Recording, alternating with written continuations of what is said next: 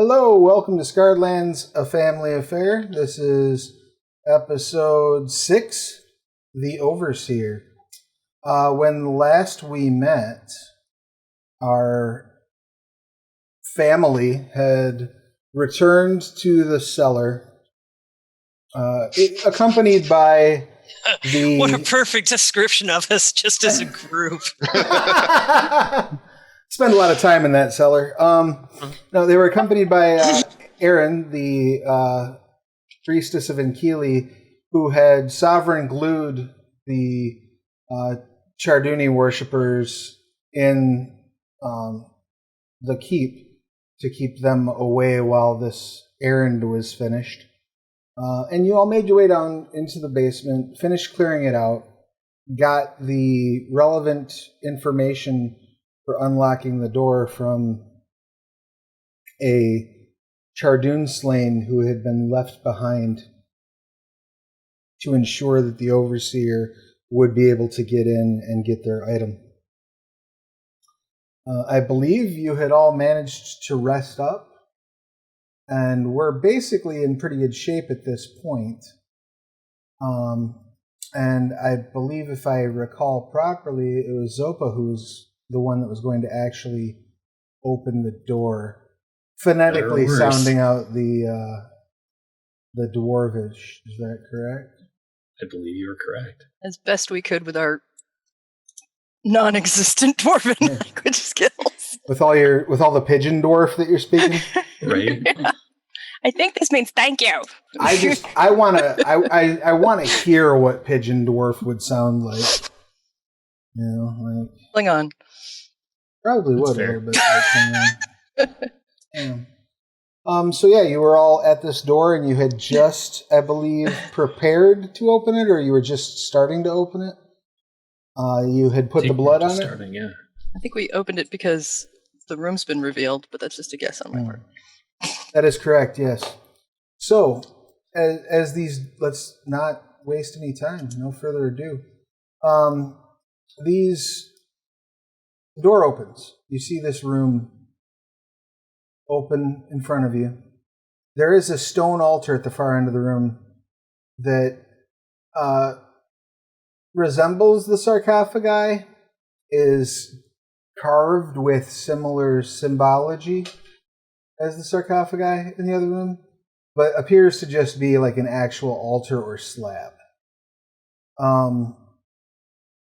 You see there are shelves on the edges of the room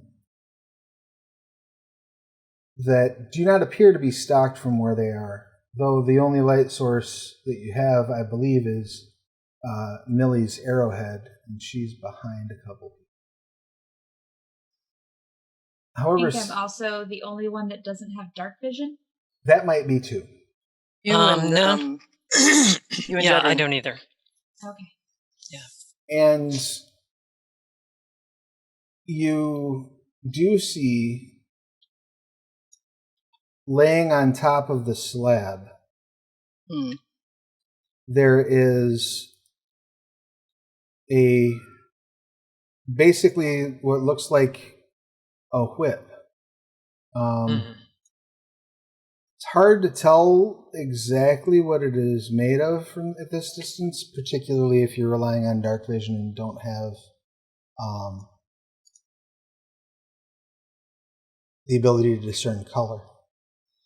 But it is there, laying there coiled up on top of the slab. There doesn't appear to be any creatures in this room.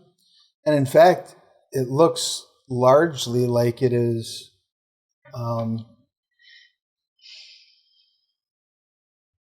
just unoccupied and just awaiting someone to come and claim it. I'm gonna scoot forward slowly, keeping an eye out for traps and such. Go ahead and give me a perception check if you don't mind, or investigation if you're taking it real slow. Sis, you want me to, I say, as she starts stepping forward. Do I want you to... Do the thing where I look to make sure that nothing's going to stab you through the feet. Yeah, that'd be great. Thing. Okay. How about I do that? Oh, did we take a short rest? No, we did not. I do not believe a short rest was taken, no. Okay. Sure. I'm going to do the investigation thing. Which, since I'm a thief, I'll probably suck at. No, not too bad. As near as you can tell, there are no traps. You do see that there are a pair of loops on the front end of this slab that look like maybe at one point they were used for chains. They appear to be on the corners. Like rings or something? Right, like metallic straps? like metallic loops that are worked into the stone itself. That one would attach a chain to, perhaps, but there's no chain attached to them at this point. Where's my token? I don't see. Oh, I'm probably buried in there somewhere. Anyway, oh yeah, there I am. So yeah, I'm I'm sort of like, well, mind those things there. I don't really know what. I mean, this whole thing is a trap, obviously, but I don't see anything. I don't see anything that's going to leap out and kill you beyond the obvious. So even though we can see in the dark, I'm going to go ahead and light a torch because sometimes being able to see colors and details is nice. Oh, he's blood-soaked. That's why he's shiny. I step up to the doorway to look in with next to Cheshire. You spark up a torch. The flame illuminates the room. You can see on the shelving evidence that there were once objects that had been stored here apparently for a long time, long enough that it kind of created a discoloring on the wood itself, but they're no longer present. What that whip is. Looks like maybe some jars or something were there. What's it? Like it's been looted, or like they've disintegrated over time? That's a good question. Like it looks like they were removed at some point. So, Jedryn, I'm concerned that they took everything else but left that whip right there. Yeah. I mean, that's a concern. I have many concerns about this, but that's a good one to be starting off with. I have the spell Detect Magic. I could try that. I'll step out of the way over here. And that'll tell us a little bit, hopefully. Oh, yeah, for sure. Yeah, so I'm going to... I can ritually cast that, but it'll take 10 minutes, if you're willing to wait. Oh, I'm willing to wait. Sure. Let's step out. Yeah, right. I will ritually cast Detect Magic. You start ritually casting Detect Magic. The one fact that you do note, and all of you can probably see it by this point with the movement and the extra light going on in there and all that thing. You do note that the leather of this whip is a grayish tone to it. Looks like it might be the skin of a Charduni dwarf that this whip was made from. That's pleasant. Yeah, he's Chardun's a great guy. Fun at parties. Yep. Who's going to get made into the whip this time? Say that the person was probably willing because Chardun, but who the hell knows? Who raised zealots, right? Yeah. Anyway, I think how long does it take to ritually cast? I think it's like 10 minutes. You add 10 minutes to the casting time. So. Okay, so 10 minutes in a round then. Right. 10 minutes, 6 seconds. All right. Right. It's less of an inconvenience for Detect Magic than it is for a spell that has a 10-minute casting time or something. But yeah, what are the rest of you doing while while Triss is doing this ritual? Not touching anything. Staring and shaking my head, I think, is pretty much the order of the day. Guarding our backs. Good call. I like that one. Okay, so the 10 minutes pass. Nothing has moved. It's eerily quiet in here, aside from the sounds of the ritual itself, which slightly echo now that all the doors have been opened and this place is largely empty. You do complete the ritual. You're able to discern that the whip is, in fact, a magic item. Yeah, I'm gonna step to here since others have stepped to here, and that should give me most of the room. Yeah. Near as you can tell, the only thing that's got a magic aura is the whip. It's almost blinding to behold. Oh, There's it's lot powerful. of very powerful magic in it. The Ew. magic that is in it is multiple schools of magic are floating around in the aura on this whip. There's enchantment magic on it, transmutation magic on it, abjuration magic on it, and It's evocation. green and orange and purple. It is also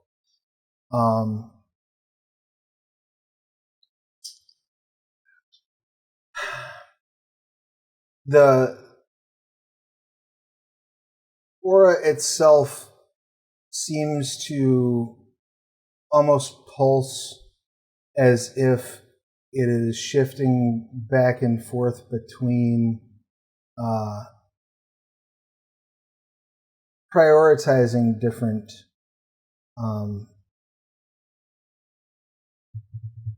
schools. So, like, Weird. each school is sort of taking domination for the moment, and then it'll shift almost on a pulse, like a heartbeat. It'll shift.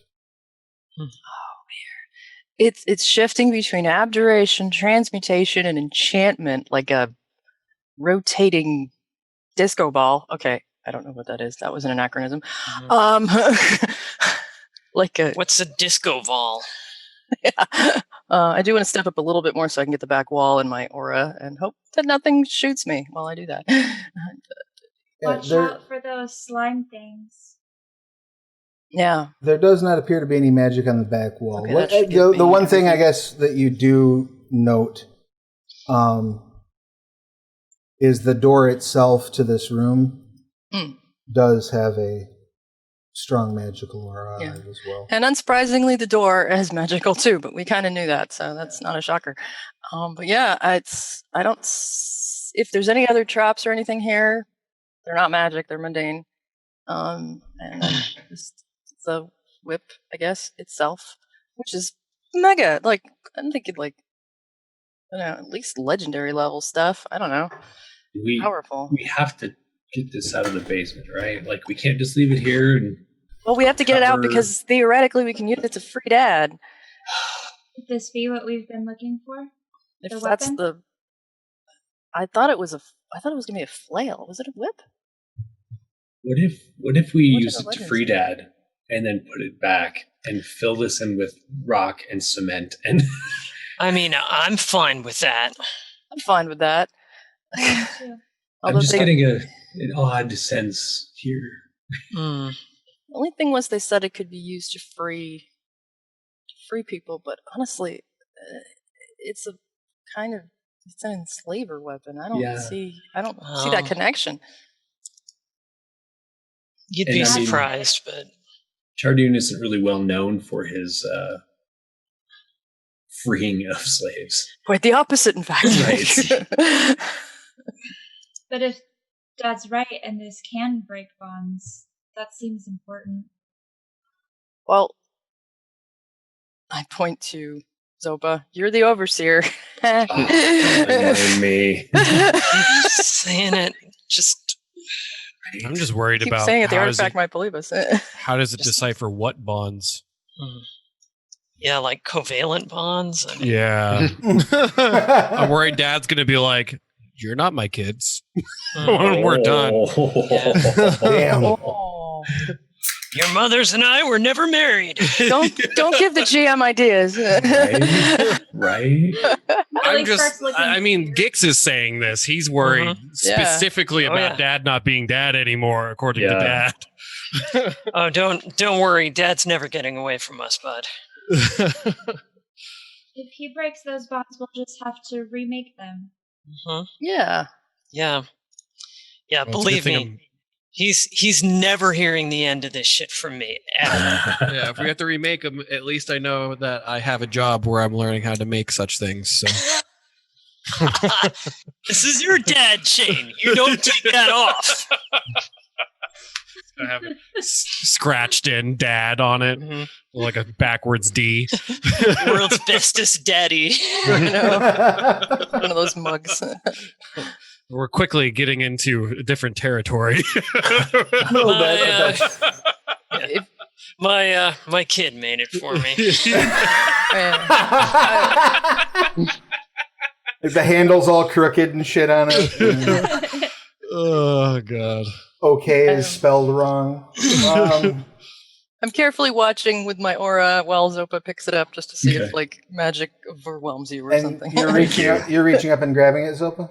Yes, I'll walk up and gingerly pick it up. As soon as your fingers touch it, you feel a presence trying to Oh, I like presents. reach out from the whip into you, like connect with you. You also, as your fingers tighten around the handle, you have the briefest flash of a vision. And in this flash of a vision, you're standing on top of a mountain, a region that you've never seen before. And you see, like, spread out before you, just thousands of armed Charduni. And they're kind of running forward toward, in this massive field that's underneath, like a valley that's underneath the mountain you're standing on. In the distance, there's a bloody fog in the air. So you can only kind of make out a vaguely humanoid silhouette in that cloud, that fog, but it looks like it's probably about the size of the mountain you're standing on. Like you could probably make good, solid eye contact. I choose not to. And you hear a voice as you feel a slap on your shoulder. And the voice growls, "There's no glory in leading from behind, brother." And you see just this mass of like hair and beard and axes go flying past you. And then the vision ends. Okay. Wow. Oh, that was Vangle? Right. Yeah. Aaron Beard and axes. That's an angle. They're not siblings. The whip like falls to the floor as I let go of it. Is it really heavy? It was very heavy, but not in that way. You Dude. okay, Zopa? I saw something. I don't even know how to describe that. I'm gonna like Is step there up vision? to catch you if I need to. With my insight of 4, I say, well, you are the one who decided to pick up the whip. It's completely fair. I'm not playing script anymore. I'm playing script. I'll explain what I saw and just kind of keep an eye on the whip, but don't let anyone else touch it because who knows if anyone besides me is allowed to touch it. I don't want to watch any of you explode or something. Do you have to roll like religion to be able to interpret that little vision? You can make a religion roll I if you want think to. I or think history. I know what it was, but or history. History. Ball of bloody hair and axes is probably something everybody is familiar with. Yeah. That sounded like Really bang. mad cat?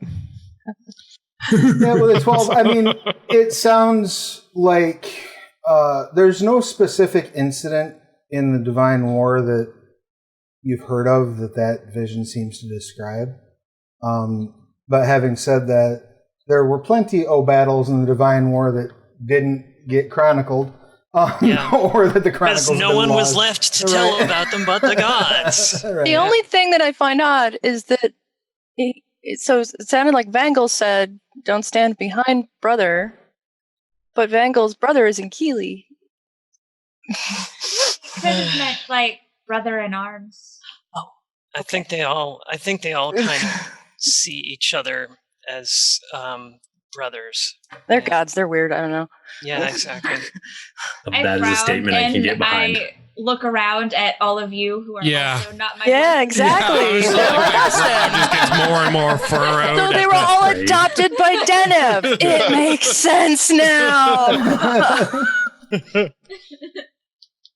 So I'll scoop the whip back up because Deneb we is have like, to go free Dad.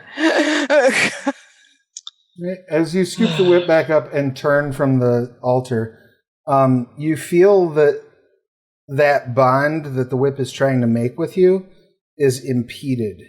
And I'll let you go ahead and make an Arcana check, if you don't mind, Zopa. 12. Yeah, that's sufficient. You realize that you probably will not be able to utilize the magical properties of this whip until you take the time to attune it. Gotcha. I would prefer to not investigate it and learn its magical properties here. Let's go ahead and go upstairs. Yeah, but like hide it on the off chance they're like standing there at the top of the stairs waiting. Yeah. I'll actually under my robe I'll like wrap it around me like a belt under my robe and then put my robe's belt over it. I like this plan. Yes, I like this plan. As you pull it kind of against your flesh and it touches like the exposed skin of your belly, it definitely feels to you unlike any other leather you've ever felt before. I wish I could put like a thin sheet of lead around you to block the aura. Is everyone then retreating upstairsward? Yeah. I think so. Mm-hmm. Are Does you? Aaron have anything to say about this? Yeah, that's what I was going to ask, if Aaron was doing anything weird. She's just kind of watching, mouth agape. She's like, "That's that artifact is probably belongs to one of the victors. That's some next level shit. I should probably go and provide further distraction to our friends in the keep. I don't know how friendly they're going to be when I get over. Yeah. I will do my best to keep their attention on me. Fortunately, they're probably going to be really annoyed, which should make that relatively light.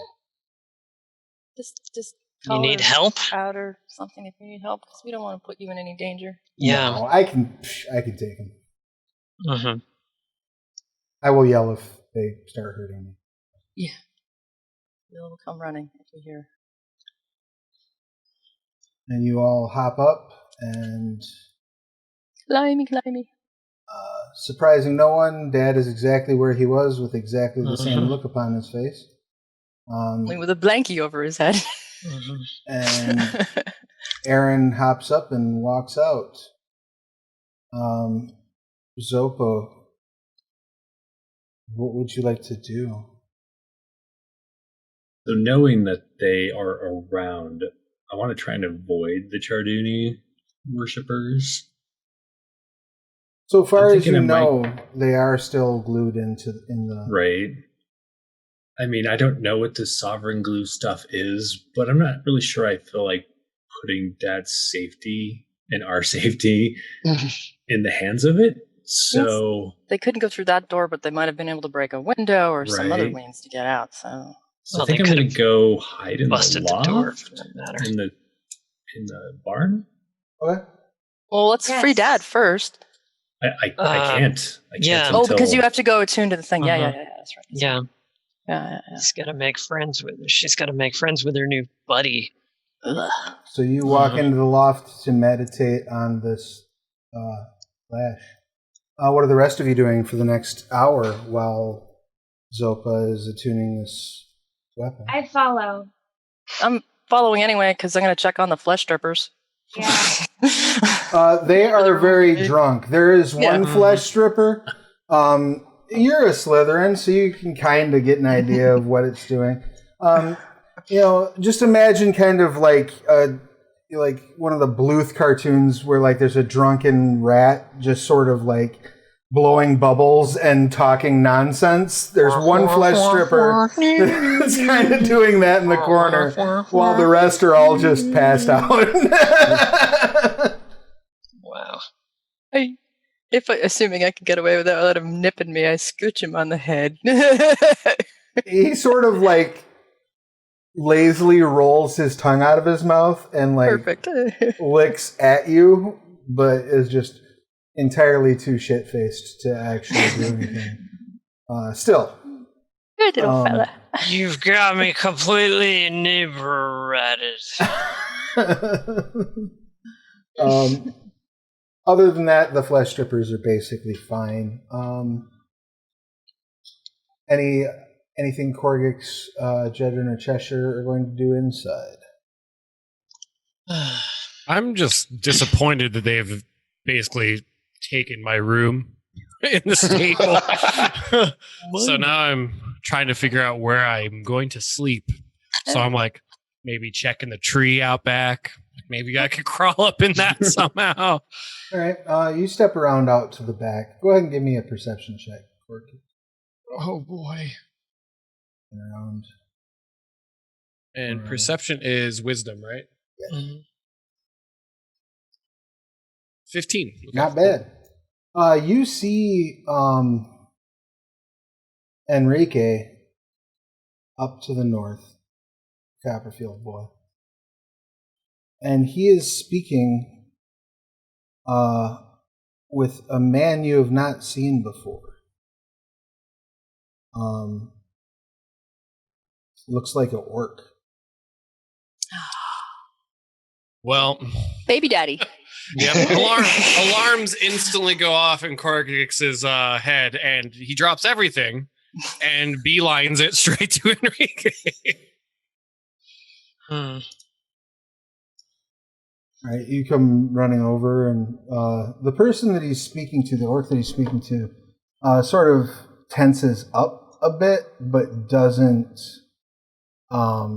like run or say anything or act aggressive. Just more almost like becomes almost defensive as you're approaching. And Enrique turns and goes, "Hey neighbor, what's going on?" I will ignore his address entirely and point directly at the orc and be like, "Are you?" Are you? Yeah, that's all I'll say. I believe we all are. Oh, damn. Philosophical.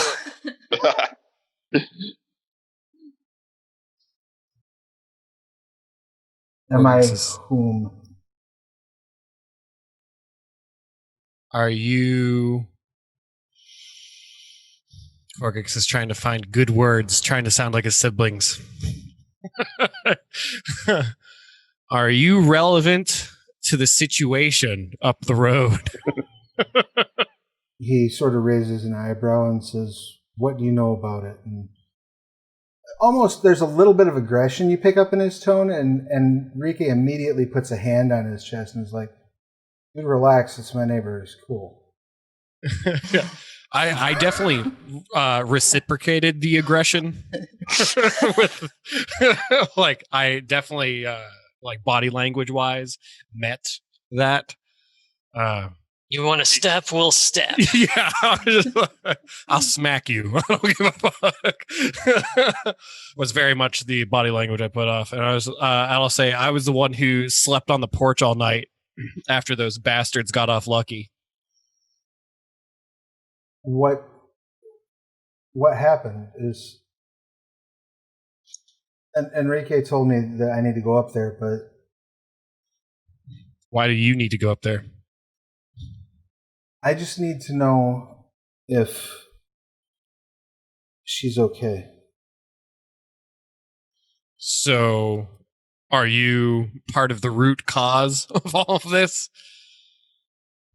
If you're asking me if I was involved with Marcia, then yes. And you don't know what happened yet? Only that there was trouble and that her masters have been killed. But Enrique was explaining it to me and trying to tell me I shouldn't go there right now. So my aggressive body language, like I was all like puffed up, like, ready to fucking go. I essentially deflate, shoulders slump, and I kind of look down at the ground and I go, yeah, it's probably for the best if you have some people with you when you go, at the very least. And I kind of look at Enrique like I kind of mean not him. He says, is Marcia alive? Is she okay? You hurt? I don't do well, admittedly, in situations involving the servitude of others unwillingly. So I just made sure those that were okay or that were hurt were safeguarded from that further. My quick glance inside would lead me to believe that she was hurt, but she's okay now. I'm not so sure about everything else. He turns to Enrique and says, I hate to ask. Enrique just nods and says, fine, I'll go get a couple horses, Khalid. I love him so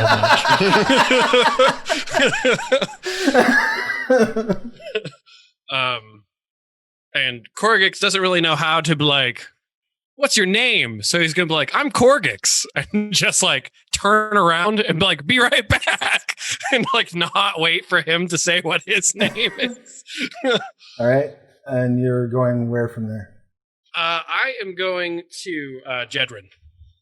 That's who I'm on the search for. All right. So you beeline back in. Jedryn has remained in the house, right? Mm-hmm. Yeah, I'm washing my hands and like, so we should be trying to figure out a secure place to keep that stupid thing where, it won't be quite so horrible.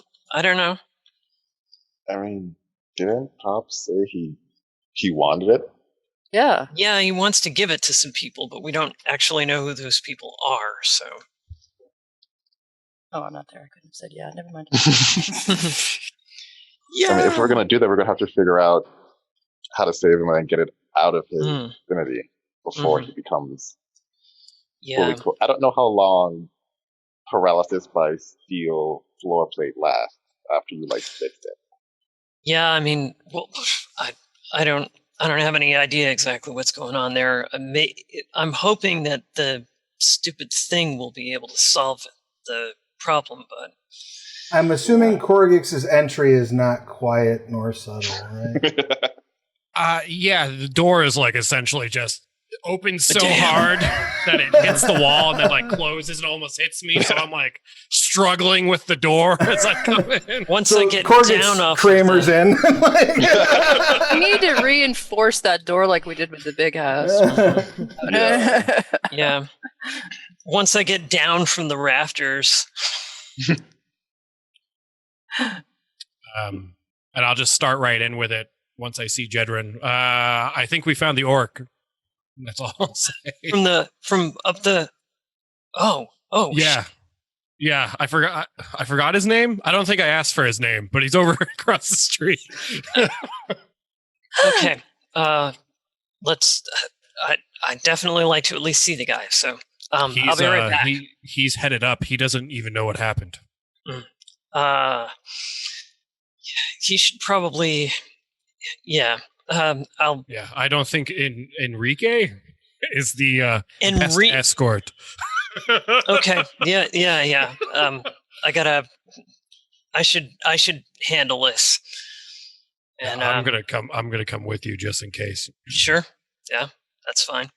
I'm going to follow just for the laughs. When Enrique's there, it's always a good time. All right, the three of you make your way back up there right as Enrique is returning with 2 horses. Enrique, if you don't want to go, I can take care of this. I'm figuring by now I've figured out the magic words are if you don't want to. The orc says Enrique must come. He's my second. Your second? Oh no. Yes. If Marcia and I were... This is why I'm worried. I'm afraid her master may have found out. Marcia and I were going to escape. We were going to elope. Enrique was to stand for me. Okay. Wow, man. Yeah, I'm nice like job. the best man or something. It's important, I guess.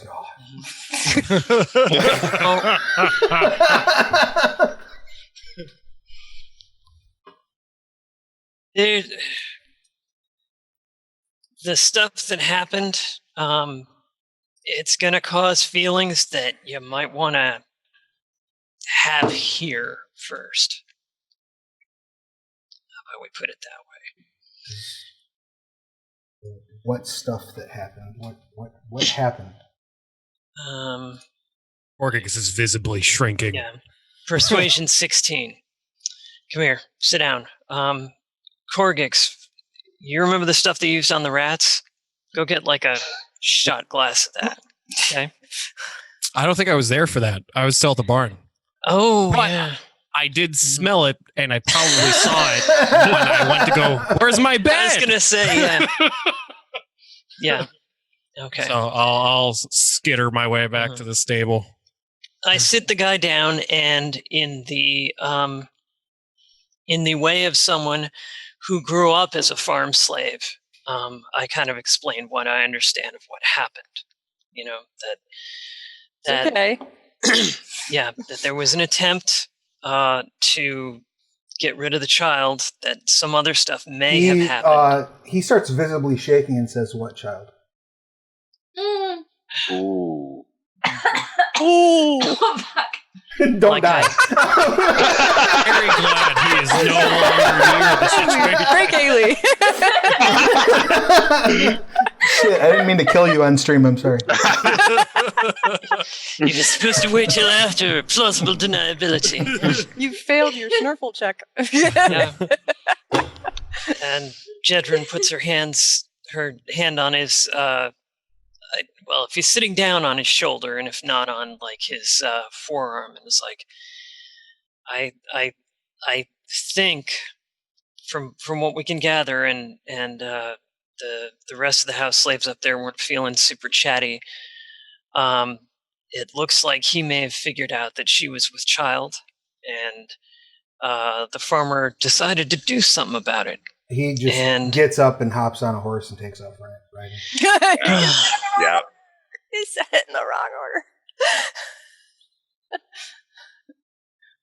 You're welcome to either try to A, stop him, or B, follow him. Yeah, I'm just like, gonna borrow your horse. Boink, boink. Fine, God, just bring him back. My dad's gonna be like super pissed. Am I at the stable yet, or did I see him just taking the horse? No, you walk into the stable as that conversation is happening. Is this 3 enough for me to actually at least be attached to the horse?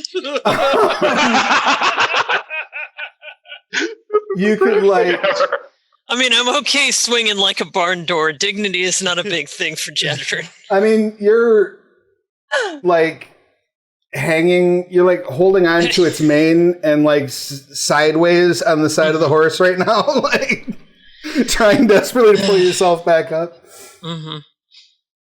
And the horse whinnying and galloping, I don't hear this. I'm in the stable. Well,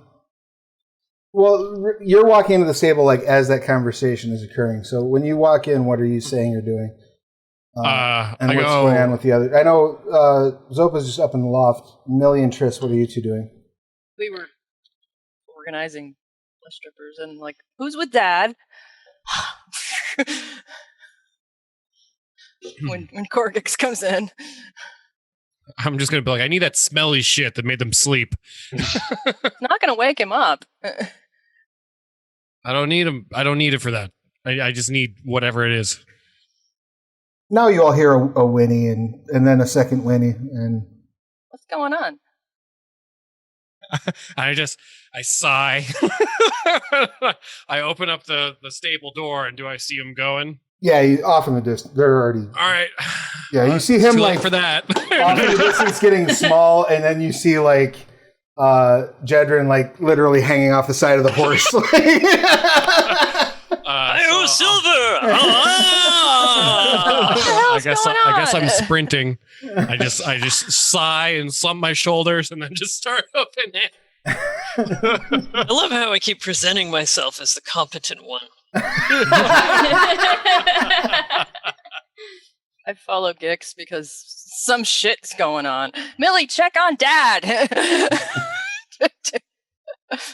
Yeah, I'm just as focused as possible getting to. I'm not so much worried about like helping Jedryn because as far as I'm concerned, she's on the horse.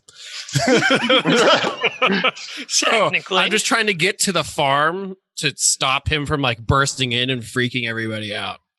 You know what I mean? Like I'm trying to get to the front door before the orc gets to the front door type of situation. All right. The orc is on a horse.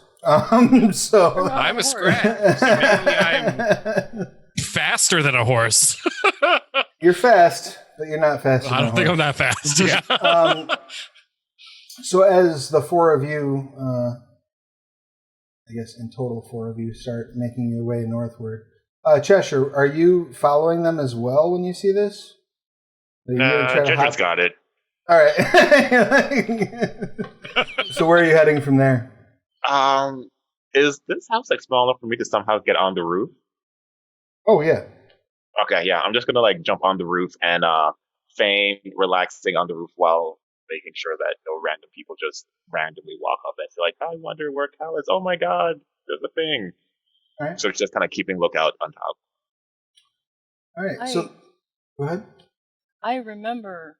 I'm thinking, oh, I want to run fast. And I remember a dream where I was a horse in the dream, and I turned into a horse. Right on. You wild shaping the horse? Yeah. Yeah, absolutely. Different horse. It's like I and then like you kind of see as I'm shifting, I'm like, holy shit! Like did not expect to be able to do that. Are you going to let Korggix catch a lift on you? Yes, I will let Korggix catch a lift. I am terrified because I thought my sister was behind me, so I definitely like just trip and eat shit when I see her.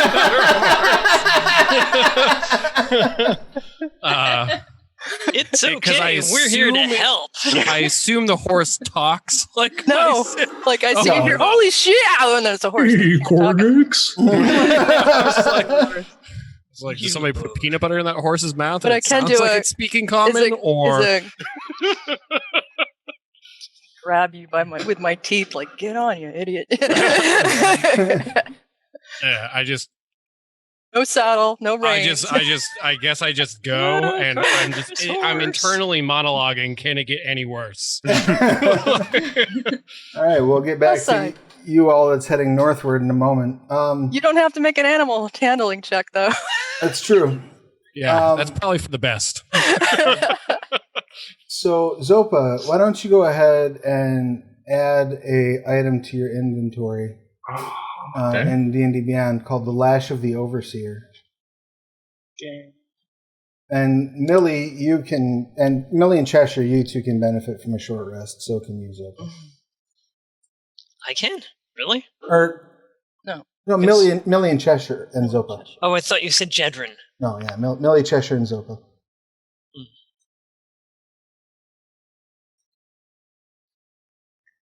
Are you able to locate the item? I'm sure I will be. Called what again?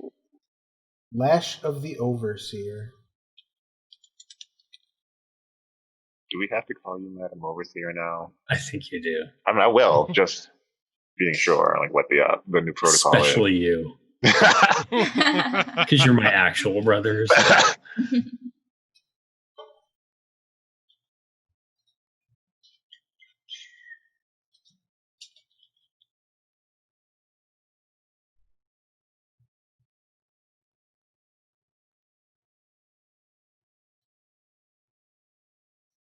If you can't find it, I can add it for you.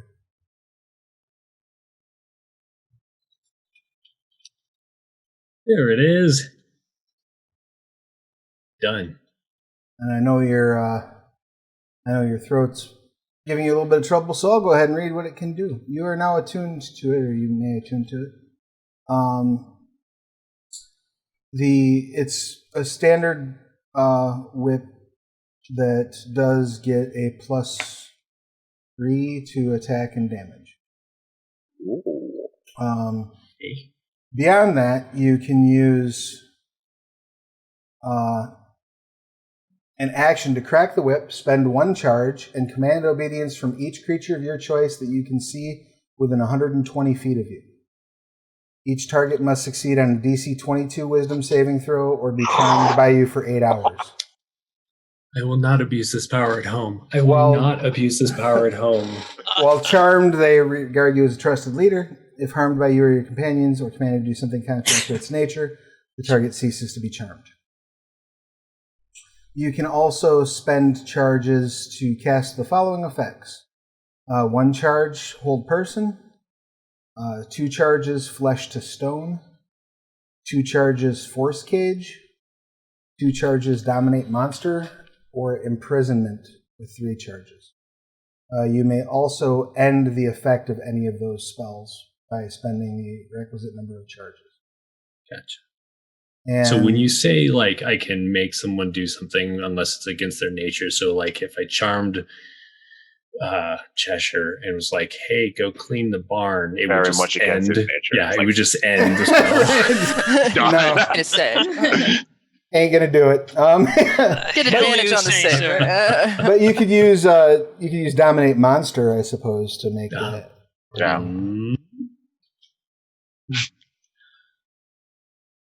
And yeah, it has 12 charges and regains all expended charges each day at dusk.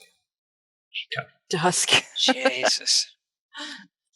Well, I'm going to go down into Dad's room and try and figure out which of these effects would release him from his chains. You're going to go down in infamy is where you're going to go down. Right. So, Millie, you're sitting there kind of tending the flesh strippers, and you see Zopa pop down with the whip in hand. How'd it go? Better than expected? I still feel like I need a long bath. That makes sense. I start to, put the flesh strippers away, make sure they're secured and everything so that I can follow Zopa back into the house. The two of you walk in there. It becomes very clear to you, Zopa, as soon as you walk up, that the nature of this effect is an imprisonment.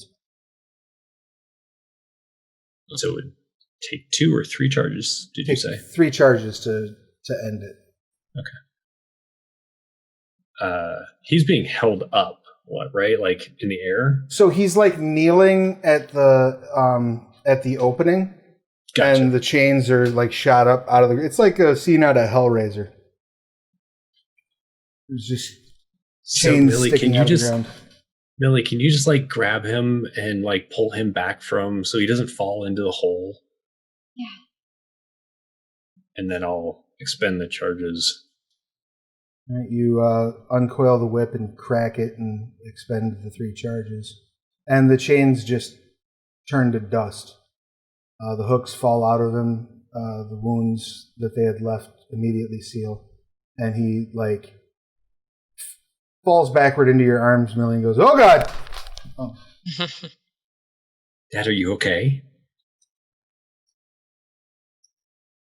Dad. There were chains. They're gone now. Oh. Fancy that. When did you get here? Just now. Oh. Well, I'm like coiling the whip behind me. Why don't you stay up here? I have to go down there and get everything Weapon? sorted out. Yes. Okay. The weapon that we already got? Oh, Millie. What do you mean you already got? We just opened this thing. It was 2 days ago, Dad. Millie, it's- gosh. Millie's not good at lying to people. Ricky's just peeking in through the window the whole time. Yeah, it's been a while, Dad. The last thing I remember is opening the portal, and then I saw chains come at me. Yep, and then they trapped you, and you were, like, paralyzed for a long time. How long of a long time? It's 2 days? Oh, okay. That's not too bad. Okay. So Hungry. so you have it? Yeah? Well, this is great news. Everybody's standing on this side of the room, just going. Everybody's okay? Nobody's hurt? We're all fine, Dad. Well, awesome. That's wonderful. Who do you want to give this whip to? Who do I want to give it to? There's resistance fighters. A group of my friends, they're in the resistance. I think it would help them immensely. If this kind of thing fell into the wrong hands, can you imagine the amount of crap that could happen? Well, yes, I can. But I can also imagine living under the rule of a fascist mad king who worships a god of slavery. So I don't think it's going to get much worse. Like, we need to do something. That's already. We cannot. I think we should have a family meeting about this. I don't think we should make any rash decisions. Now, do we overthrow the government or... No, Jedryn, I have the talking stick. What if we compromise and it stays in the family and we join the resistance? I don't want any of you going into Calastia to pick a fight. I mean... So you're okay with your friends doing it? Yeah, I didn't raise my friends. Look. Some of them probably deserve whatever they're going to get when they go in there. You raised us to be capable adults, but more than that, you've also raised us to have ethics. Yes, and I would very much prefer if you ethically sat on the sidelines and let people who don't have something to lose go in there and fight. I don't know if I can ethically sit on the sidelines. And who's to say that those people have anything less to lose than we do?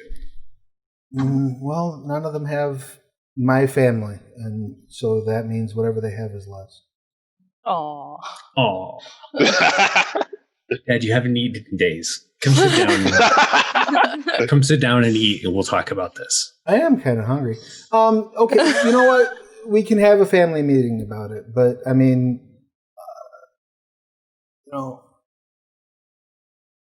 Did you know that there was a whole farm of halfling slaves just north of here? There's whole farms of halfling slaves just. Well, your other children are currently heading up there. Are they just? I'm sure it'll be fine.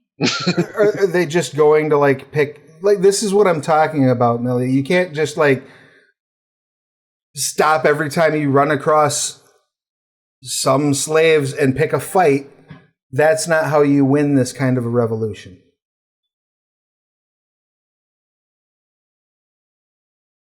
Well, Maybe if we meet your friends, then we'll be pointed in the right direction. That's great, but I need to... can you rip me off a hunk of that meat to go? I need to go see if I can pay to get them out of the stockades they're going to wind up in. Like bundling up some like hard cheese and meat and granola. He starts like going through various like drawers and picking up like loose change and shit. 18 gold and 3 copper. I'm sure that'll buy their freedom. Probably not. Throws it all in a bag. How much do you think their freedom is going to cost? I don't know. It depends on what stupidity they get up to up there. Why are they going up to... Why are they messing with one of the neighbors right now? Really shrugs. I wasn't there. But apparently the Charduni priests crucified your neighbors. And a little. Just a little. Right? And the slaves are like... What Charduni priests? Okay. Yeah, come on. Let's talk about it on the way. All right. You would not believe the day we've been having. 2 days. Crazy. So are you all... You fall under an imprisonment spell for 2 days, and look what you miss. So are you all leaving? Cheshire, you're still up on the roof, right? Oh no! When I saw them going in the front door, I would have followed. Okay. Let's just in case, let's go ahead and close the door to the basement. Oh yeah, good call. Maybe drag the bed over it. Yeah. Cover it with something. There's nothing down there that I need to be concerned about, right? Like not anymore. I don't think so. I Weird don't. Yeah. slimes. And like fiery undead. I don't think they're gonna do anything. It should be okay. You are the overseer now. I'm just leaving that bit out right now.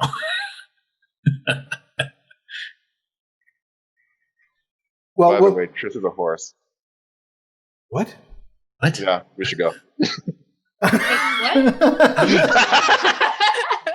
What are you Are you talking about? trying to kill him? I'm trying to bring him back because he's been like out for like 2 days. He needs to like reshock to the system. He turned into a horse. Yeah.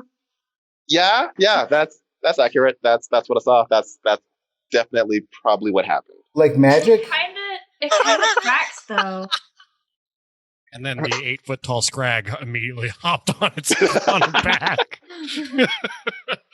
All right, so you all make your way out to the road, and then Millie, give me a wisdom check real quick. Okay.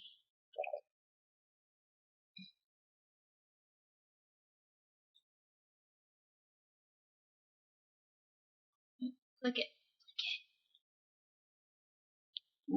You get about 3 steps away from the front door, and it occurs to you that there is now no one watching the flesh strippers. No, they're in the metal trough with all the pots and pans and stuff on them. And they're drunk. Right, and they're drunk, and the combination of those two things may or may not keep them locked up for the indeterminate amount of time it will take you to travel to a farm to the north and back. Just making sure you're making this decision aware. Like, you don't, I get visibly agitated, and with a big pout, I stomp off towards the barn. Millie? Where are you going? The flesh strippers are alone. Can't you just give them more of that The what? concoction? Yeah, the poison that's going to kill them. Would it be safe to give them another dose of the alcohol? You can make an animal handling check.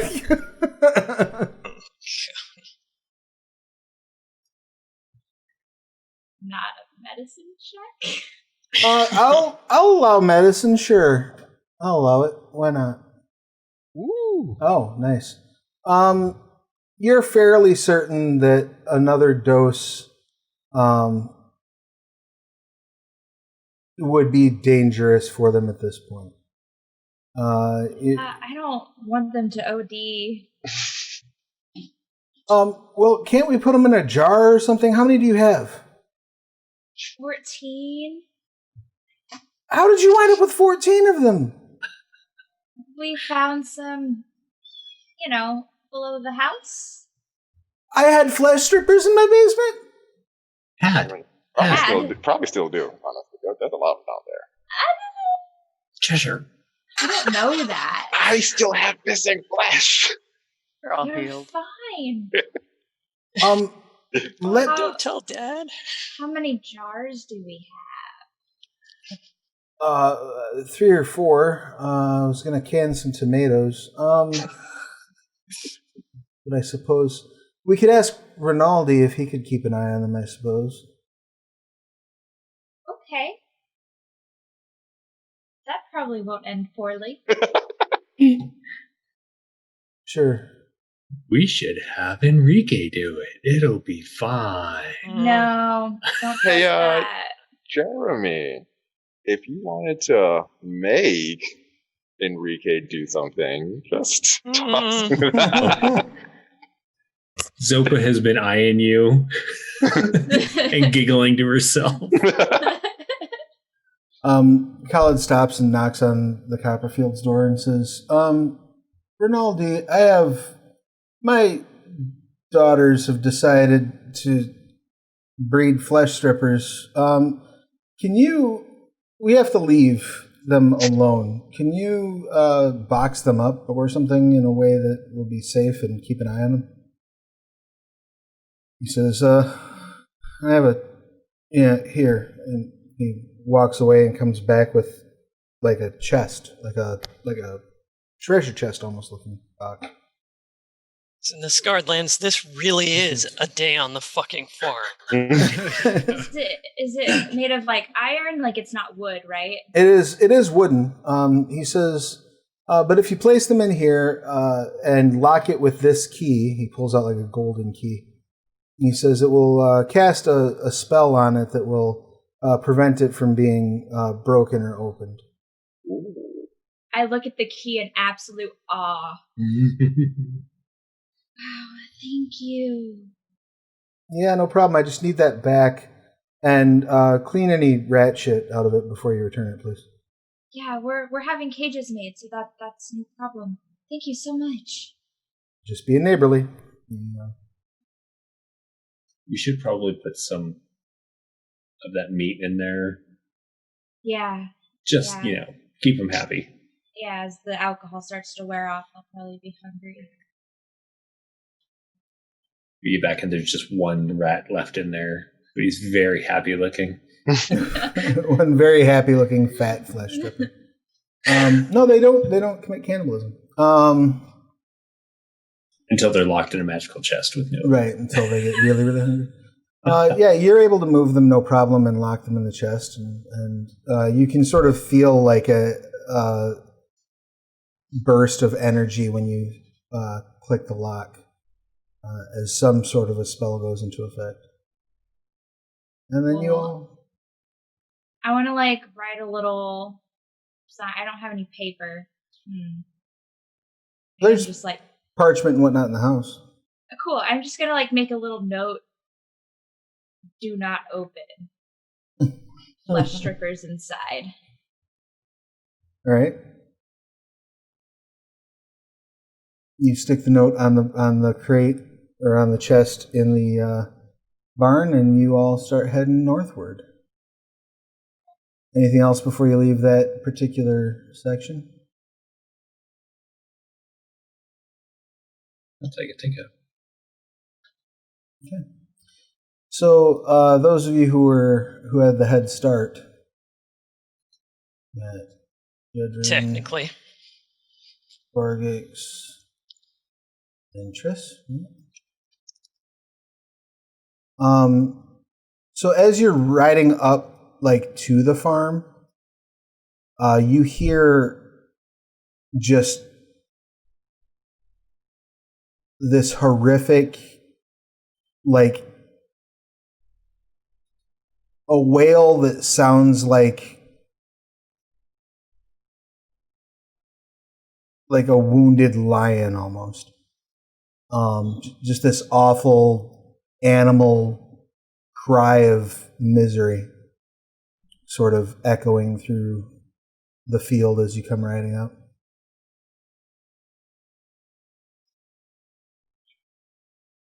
Listen, horse, I know you and I got off to a bad start, but I really need to be over there, like, right now.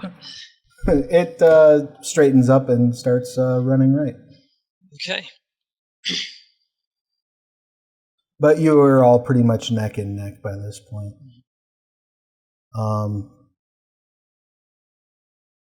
As you come riding up, the farmer sort of steps up to you and says, he was inconsolable, so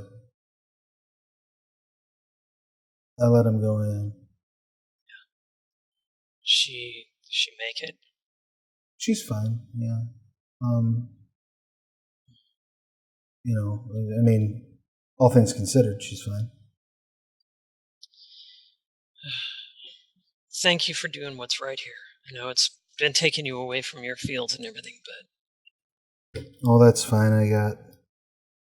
I got farm hands and enough kids to justify it, I suppose.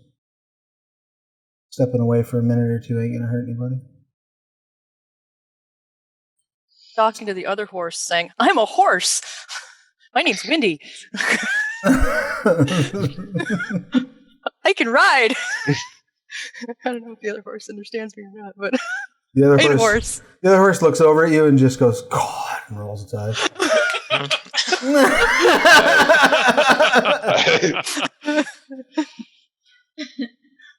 God.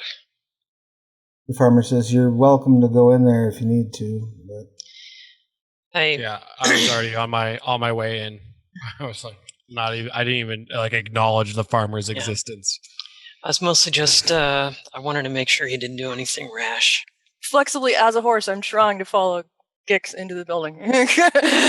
Like, the farmer puts a hand on your shoulder. Whoa, girl! Hey, easy, girl, easy. Gelding, not a girl. Can you control your horse over here? Yeah, let me. Oh, sorry, I say in horse, so he doesn't understand me. Back up, like okay, be Triss.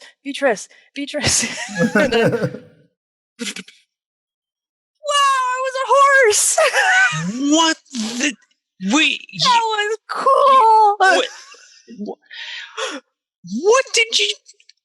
My name was Windy, and I belonged to this boy, and he rode me all around to deliver messages for the king. What king? What country was that in? Was that even in Gelspad? Come here. I open your mouth and I smell your breath. Were you potioning again? No, I was me, but like me from like before. The farmer, Korggix, you're walking in, so you probably have the best vantage point on this, but you are distracted because you have a mission. So go ahead and make a perception roll, but do it with disadvantage if you don't mind. It's just the commotion outside.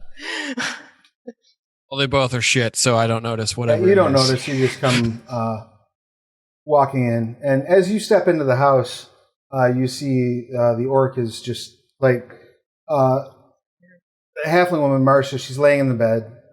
They've changed the sheets now, and the orc is just like laying across her, holding her, and just sobbing his face is buried in the bedding, and he's just weeping.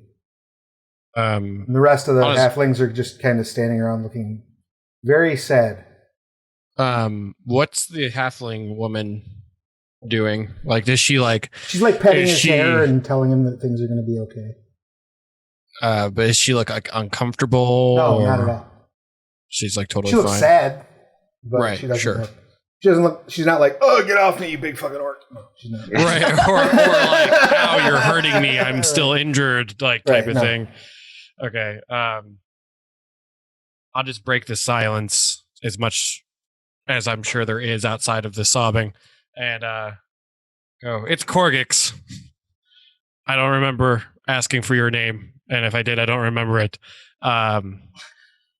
But are you going to be okay? And I'm not addressing the orc so much as I'm addressing the halfling woman. But I'm like talking to the orc, but I'm looking at her when I'm talking. She says, "We'll be fine." Do you want me to get him together somewhere else, or do you want me to get you guys something instead? Like, it's very much so like it's almost like it was almost like my mannerisms are rehearsed. Like, I'm very much like, what do you need? Like, let me go get it.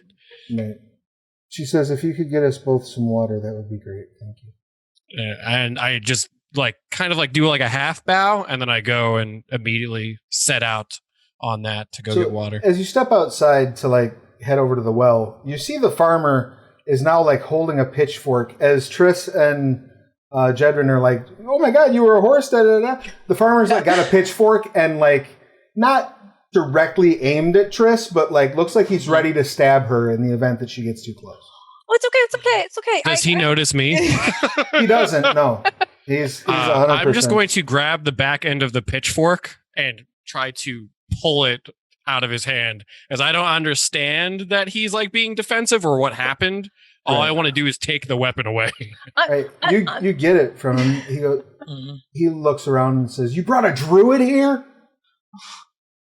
Ooh. And I go, "Is that a problem? Oh, do we? As long as you don't mind having, genocidal psychopaths wandering the farm. Yeah, no, it's fine. It's great."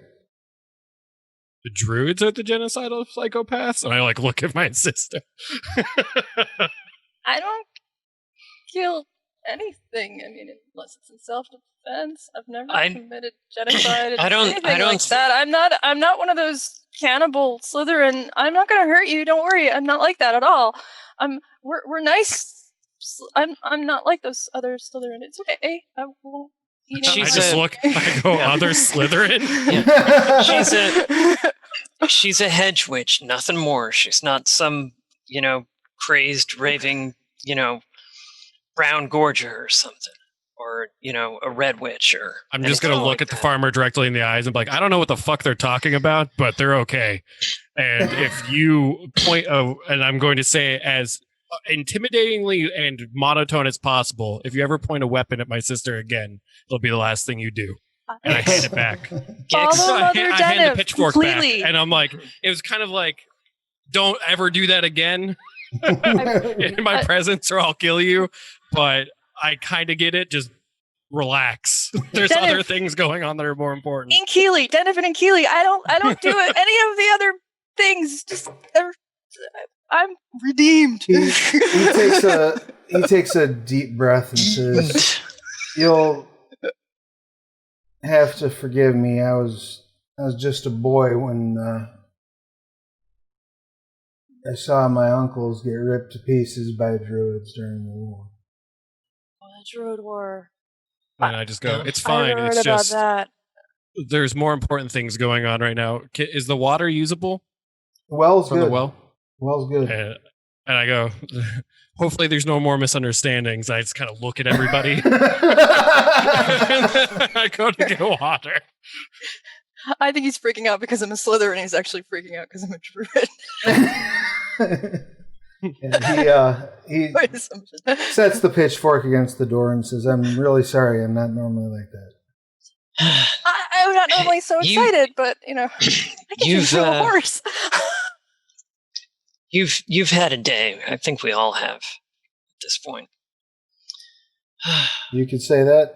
Yeah. About that time, the rest of the group comes riding up. And here's the rest of my crazy ass family. So let's just get it all out of our system. How about? And you do a head count and realize that it's everyone. So that means there's nobody back home with the flesh strip. Who's watching the flesh strip? Did you Dad guys? Is here. Yeah, exactly. Did you guys fucking leave the Dad? Did you leave the flesh strippers? And Dad, what are you doing here? Dad, I can change into a horse. I really hope that I'm far enough away at the well that I don't notice Dad. Oh yeah, you do. You see, because they're riding up literally like past the well. Oh, so that's going to like, I don't know, how much water have I gotten? If any? You're like you got the bucket like halfway up the well. I'm going to from the calmly set the bucket of water down because I don't want to waste it, and I'm beelining at Dad. Hey, what's up? I'm going to immediately smack the shit out of him. No! I'm just gonna like I'm gonna hit him, and then like I assume that he's not ready for it, and then I'm gonna hug him and kind of like almost cry, but not quite cry. Go ahead and make and then go back and get the water. Go ahead and make an attack check real quick. Let's see how this plays out. Let's see if he fucks me up. Yes. Well, no, just see if you can actually land one on Dad. Oh, Yes. Not with the dagger, though. Obviously. Yeah. You do. Not with my dagger, though. Yeah. He seems almost as surprised as you are that you connect with him. And Wow, son, have you leveled? he spits out some blood and says, "It's okay. You all right?"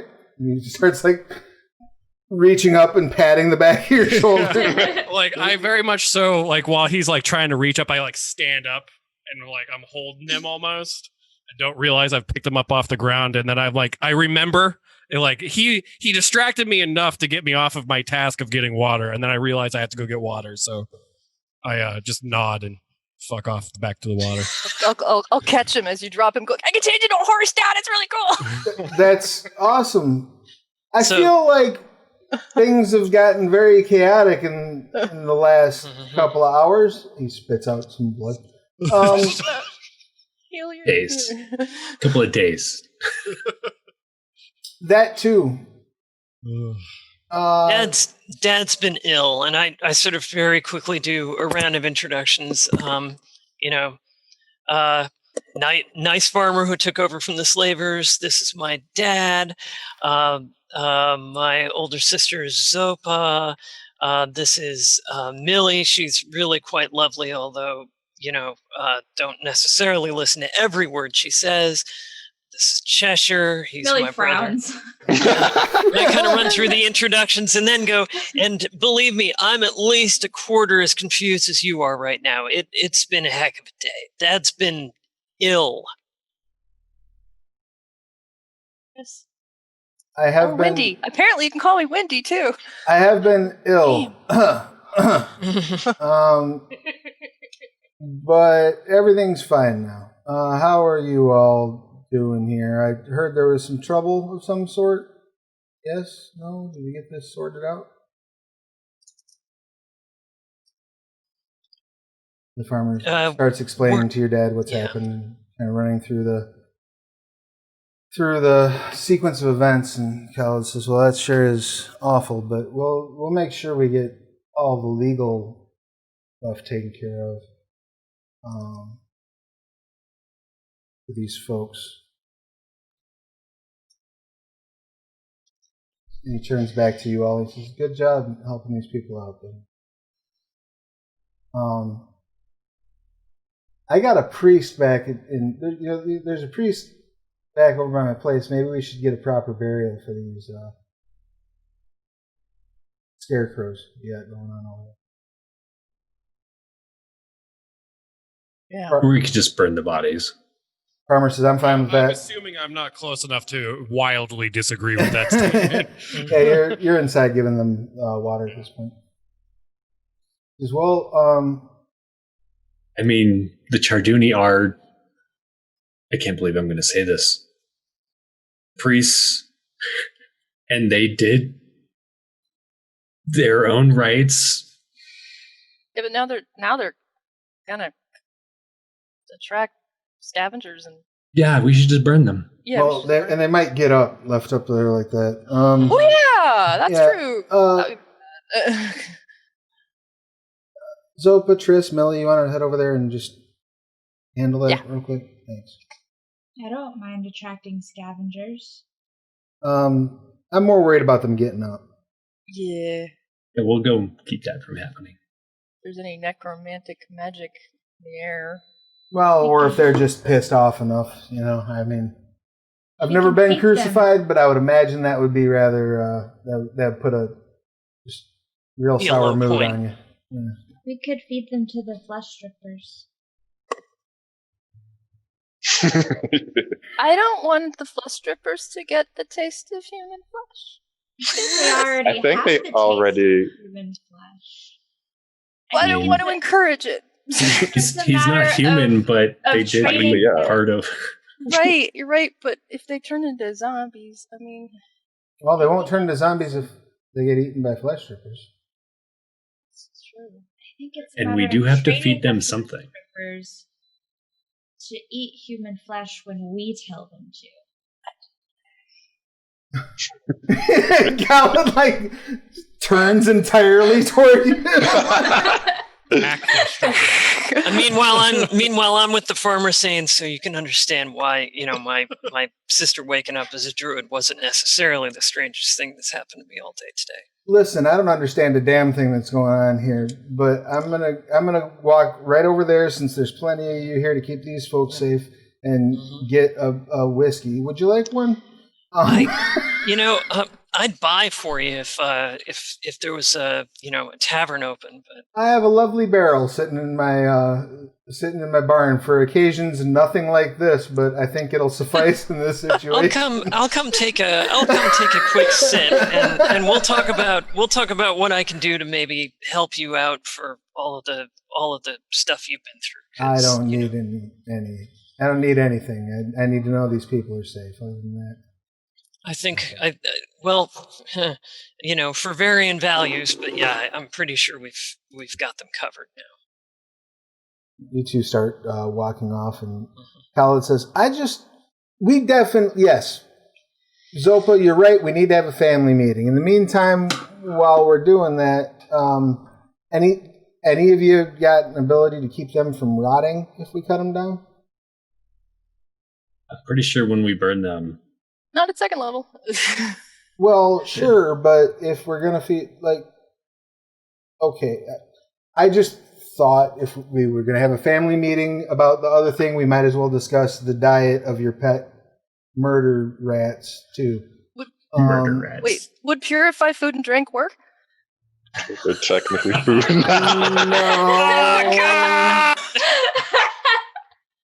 I need an adult. If it would keep them from being poisonous to eat, but it would not prevent decay. Yeah, so no. That's the closest I have. I mean, and I don't even have that prepared right now. Gentle repose would work. Yeah. If anybody had that. Maybe there's some herbs or something to slow it, like some sort of ointment. Yeah, if there was an herbalism kit or alchemist supplies or something like that, you could try to cook something up. Salt or lye, basically, is I what you're looking could for. take my fingers on that and give it a shot. You I could, see you efficiency could in that. just rub them with salt. You want to try to mix something up with herbalism I kit? also have an herbalism kit. Yeah. Let's make dickwad jerky. I'm sure this is going to end well.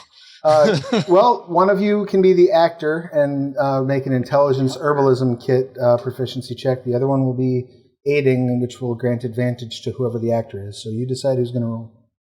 I will aid. Okay. That's based on, so you said intelligence? Okay. Yeah, intelligence. So it's intelligence, and I add my proficiency bonus to that. And it's at advantage. Is that the way it works? Oh, God, that was terrible. Oh, no. Oh my. Oh, even. So, 7. You mix together a perfume that will theoretically mask the scent of death, but it masks the scent of their dead, decaying bodies by replacing it with the scent of sewage. It's not a step up. It's really. It smells like. We could just feed it to them now. We'd have to get it back to the house. We're not feeding anyone to anything until we have a family meeting. He walks. He walks in the house. Korggix, you okay?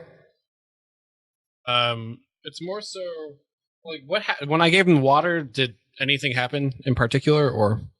They just the woman said thank you, and She, Puts her finger under the orc's chin and says, "You drink some water. You're going to dehydrate." Makes him drink a cup of it. They just start. He just looks at you and says thank you and starts talking to him. And they start talking in orc. Yeah, I don't think I know that at all. Go ahead and make an insight check if you don't mind. Yeah, let me just do that. Insight's wisdom or intelligence? Wisdom. 3. Yeah, you don't notice anything bad about their interaction. You're just like, oh, they're interacting. As people do. Well, Korggix is interested about the eloption that he had mentioned. So he's just kind of like butt in almost, but kind of wait for like a pause in their speech to do so. And he's like, I don't know much of whatever the hell it is you're saying, but are you still going to try and leave?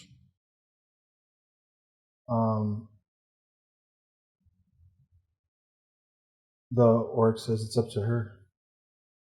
She says, if we're free, I don't see why we would need to run. If we're free and we can, we can always go to the village and try to take jobs or something. Our whole purpose was to get away from this. And you notice, Sure. like, 2 of the older halflings start getting, like, they're, like, crying but trying to, like, hold back their tears. And she, like, turns to the older couple and says, we didn't want to tell you because, we thought you'd try to talk us out of it. But we just thought we could make a run for it, take our chances, maybe try to make it to Shelzar. Well, I'm not sure on much of the rules of shit like this, but I know it's being discussed. So let me find out what's going on. And if worse comes to worse and you're not, we'll try and figure out how to make it work so that you can be. Khalid asks, "Do any of y'all know if the owners of this property had next of kin?" Halflings there says not that they know of. He says there may be a claim you can make for this land if you want it. Yeah, I was going to say it might be a little traumatic to stay here. You can claim it. Might not be the best solution. Maybe to claim it and then sell it and get out. Isn't there like 20 halflings here? Are they all gone? Yeah, they're all there still. Oh. Khalid says, I'll talk to some friends, see what we can work up for you. Korggix, can you come on out? We're going to have a family discussion. I look at him and do I notice that he's like, I busted his lip or anything? Yeah, I mean, he's still like, he's got a kerchief and he's like dabbing it a little bit. I'll take like a finger and like put it under his jaw. I'm like, I finally got you, didn't I? I put my arm around him when we go to go outside. In fairness, I was petrified for like 2 days, so I'm probably still a little stiff. Whatever excuse helps you sleep at night. So you all sort of circle up. Jedryn, you and the farmer return, having each had a glass of whiskey. He has another glass, and I mean like a glass. He has like a glass you would normally drink water out of, filled with whiskey, and he just sits back out on the porch and starts sipping it. He's giving you a tumbler, basically, that you can drink out of if you like. I'm sipping, but yeah, I'm definitely drinking a little bit. You're a halfling. I mean, Khalid says, "All right, so everybody circle up. Yeah, figure out what we're doing these bodies. I take it you're. Oops. Take it you're. All standing on each other. Yes. Your perfume didn't work out so well, judging on the sudden wave of nausea I got when I stepped closer to those bodies. Sorry, Dad. Tried. Little outside my area of expertise. Was that what that smell was? You didn't have the right supplies. To be fair. Yeah. I'm like noticeably sniffing, and I like don't understand what anybody's talking about. He said, all right, we have 2 issues we need to sort out.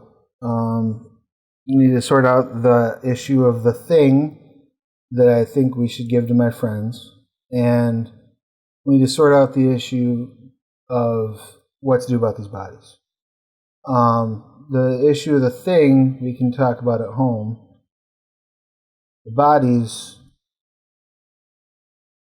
I mean, I don't necessarily, as far as I'm concerned, we can just light them up, let them go. If you think that would be a waste and they'd be better served as meals for your new pets, a little morbid, but okay.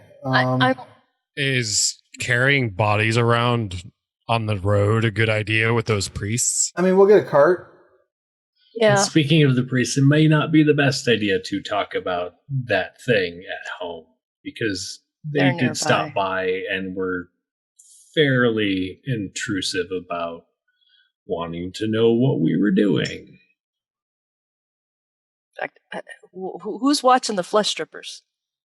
Oh, so Rinaldi let me borrow this really neat chest that when you lock it, it becomes unbreakable. So, is there air?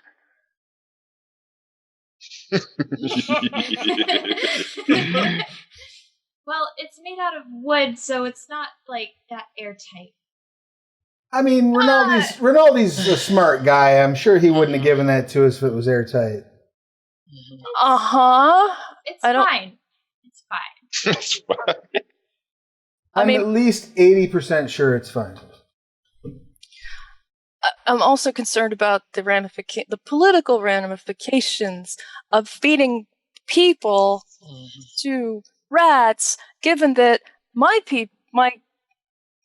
Slitherin have a bad reputation already of eating people. So They don't deserve to be reused. They deserve to basically go to ash, and then the ash can get reused. I kind of vote burn them because Korggix just pointed into Jedryn when she said that.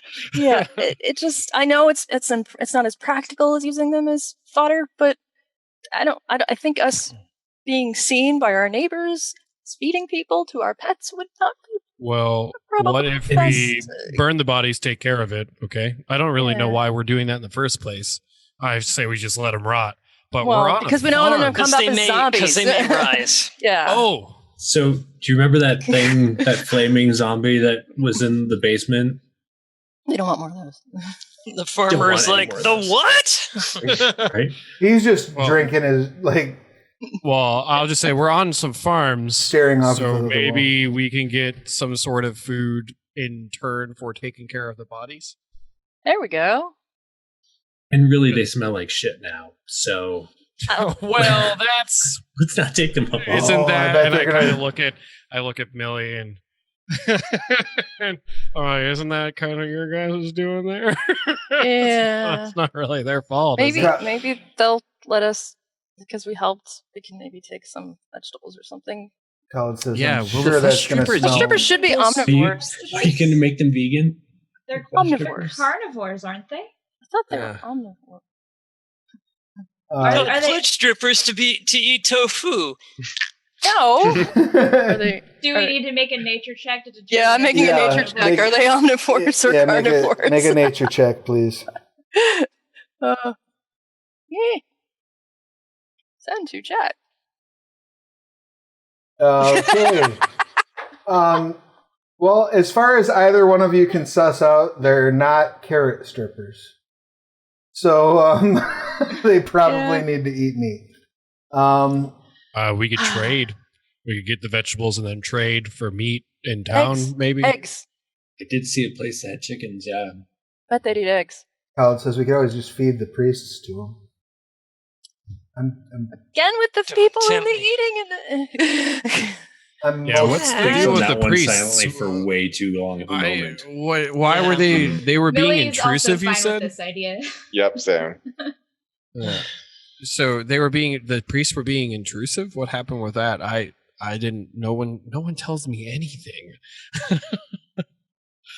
And like at Korggix, like he hasn't just had this whole side quest that Millie knew nothing about. What is that? Gestures at the door. No one tells me anything. Yeah. Well, it was You had with a halfling Dad. slave rebellion, and you didn't tell me. This was something entirely different. This deals with Dad, because if they were being intrusive, what if they found him? They're gonna want that. Well, they didn't find me, so we're in good shape. But what if they're just playing stupid and they knew? Why are they here to begin with? I don't understand. Like, is this common?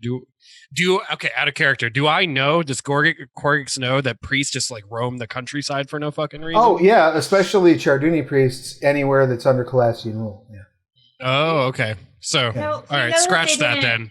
I was know just that- worried that they were like showed up mysteriously for no No, reason. it is No. like We they. know they didn't find Dad because we had someone watching him the whole time, and then when we didn't have someone watching him, it was only after Aaron did the thing to keep Glued them the busy. door. She glued them somewhere. She blew their Sovereign Grillo. Yeah, in the old watchtower. I knew I liked that. I like her. Yeah. I mean, I still can't get myself quite past the possibility that having an priestess of Inkili around here, some of this might be her fault, but yeah. Oh, I mean, Well, probably. You don't. So, You know, are we make- burning these bodies or not? And I'm Millie, are like, you I'm okay? like ready to deface a Mhm. corpse. I'm so ready. He says, Khalid says, Cheshire, you haven't said much. You okay? Oh yeah, I'm fine. I'm just looking up at the sky. I'm down for whatever. The burning of the bodies. I'm less. As soon as you say that, Korggix reaches over and like scoots you over by him. Like, we're gonna go like corpses on fire together. All right. Well, Bonding. there's only 3 of them, so y'all are going to need to share, but go ahead and take care of that.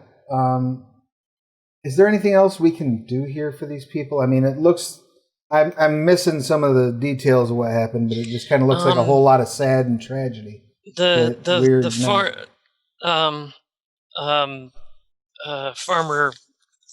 I don't know, Sandrin could use some help drawing up manumission papers for all these guys. Oh, well. That I can do.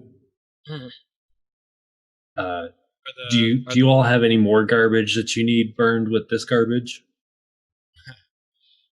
When the talk of the legal shit comes up, I'm just going to butt in and like, are they going to be free? Yeah, that's the idea. And I just And nod. We want to make sure... I mean, here's the deal, right? What's free? Right now, they're free. But any slaver comes by, wants to scoop them up, he can. So we'll get them some papers that'll guarantee they get to keep their freedom. Yep. But garbage. You said something about garbage? The farmer comes walking out with the bloody sheets and shit. And all of the stuff that got messed up. Mm-hmm. If you want to throw this on the pyre, too. Yeah. Sure. He pours a I'm little just bit of looking at whiskey. Cheshire. Like, that's all you, buddy. You can carry that. Pours a little bit of whiskey on the sheets. Just accelerant. Yep. Takes a sip. Zopa will like reach over, or like we'll look at the accelerant, and then we'll like reach over and take the bottle from him if he still allows, and we'll take a shot of accelerant and hand it back. it's literally in like a water glass, but yeah, he lets you do so. Should have brought some of that, some of Karaman's Charduni siege fire with us. I didn't think about it. We were busy. Yeah. If that guy down, the zombie guy was here, he could help out. No, we had to go climb down that hole. Alice says, well, let's... Does anyone want to say any last words? Nope. Okay. Fuck you. Garden, take their souls and do what you do with souls that were yours that didn't do what you wanted. You I like incinerate- that. You incinerate the bodies. They go up like kindling. They've been sitting out in the heat for a I'm couple like days. cheerleader style, running around high fiving everybody that helped for incinerating corpses. Khalid says, all right, so you don't want to talk at home. You want to just kind of head out into this field and figure out what we're going to do about our other acquisition? Sure. Seems reasonable. Starts walking out into the field. Concede to Zopa on this. All right. With the smell of burning flesh on the wind. As it should be in a decision of this magnitude. There's randomly a couple of Ewoks over there, like, playing bongos on stormtrooper helmets.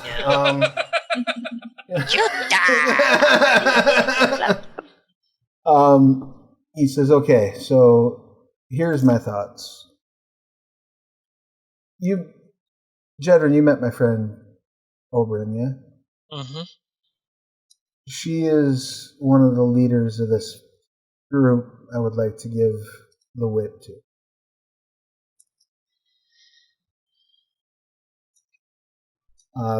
They have a plan. I don't know a whole lot of the details, as much for my protection as for theirs. They have a plan to head into the capital and try to take out the dragon in his own lair. Okay. I don't think that's gonna work.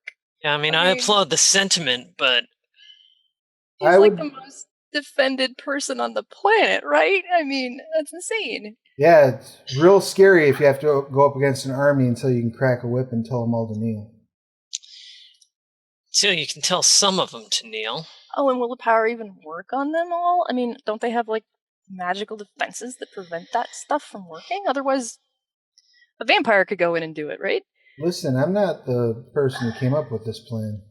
I'm just privy to its detail. Well, privy to some of its details. Now I You know- definitely don't want to give them the whip if their plan is so bad. Yeah, while I do applaud the effort and the intention, what happens when they fail and they now have given this weapon to the enemy? Yeah. Well, Yeah. I've served. I've worked with them before. Okay, they're some of them. Some of the people they have together on this little mission. And if anybody can pull it off, they can. I would be lying if I said I was 100% confident they can pull it off. Yes. You said that the weapon gives them like domination or something like that, Zopa. So all they need is protection from good and evil, and they can't be dominated. Tell me Verduk and his big cronies just don't have that permanently cast on them, or some kind of magic item that permanently puts that on them. I don't see how it's going to work, because they've got to have those defenses up all the time, right? He's freaking Emperor of Celestia. It's not going to work. I'm not. I'm not familiar with the daily. I rolled safety. 19 on knowledge religion. So I'm not familiar with the security detail of the King of Celestia. It's never was much of a concern for me. Sure. The people who have put this plan together like I said, I don't know a lot of the details. I don't want to know a lot of the details. I don't want you to know a lot of the details. All right? Because this is the other thing we need to consider. The people that we would be handing this thing off to are going to be doing some shit that we're just not going to get to bless off on. All right? We're going to have to put our faith in the fact that they know what they're doing. Because for us to know the details of what they're doing puts all of us in harm's way.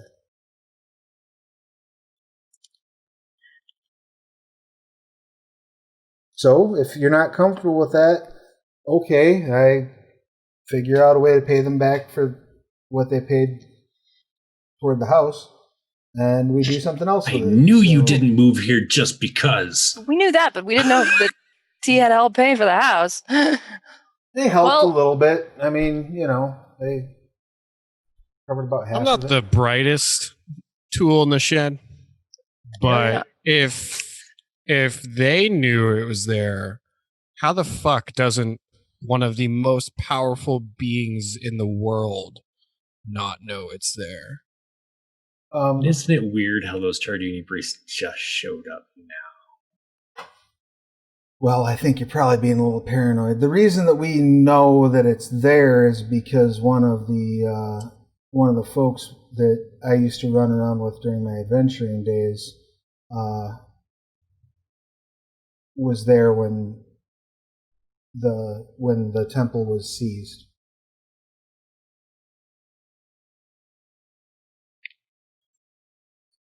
I'm also not a fan of just giving it to them on a silver platter. Platter. Yes.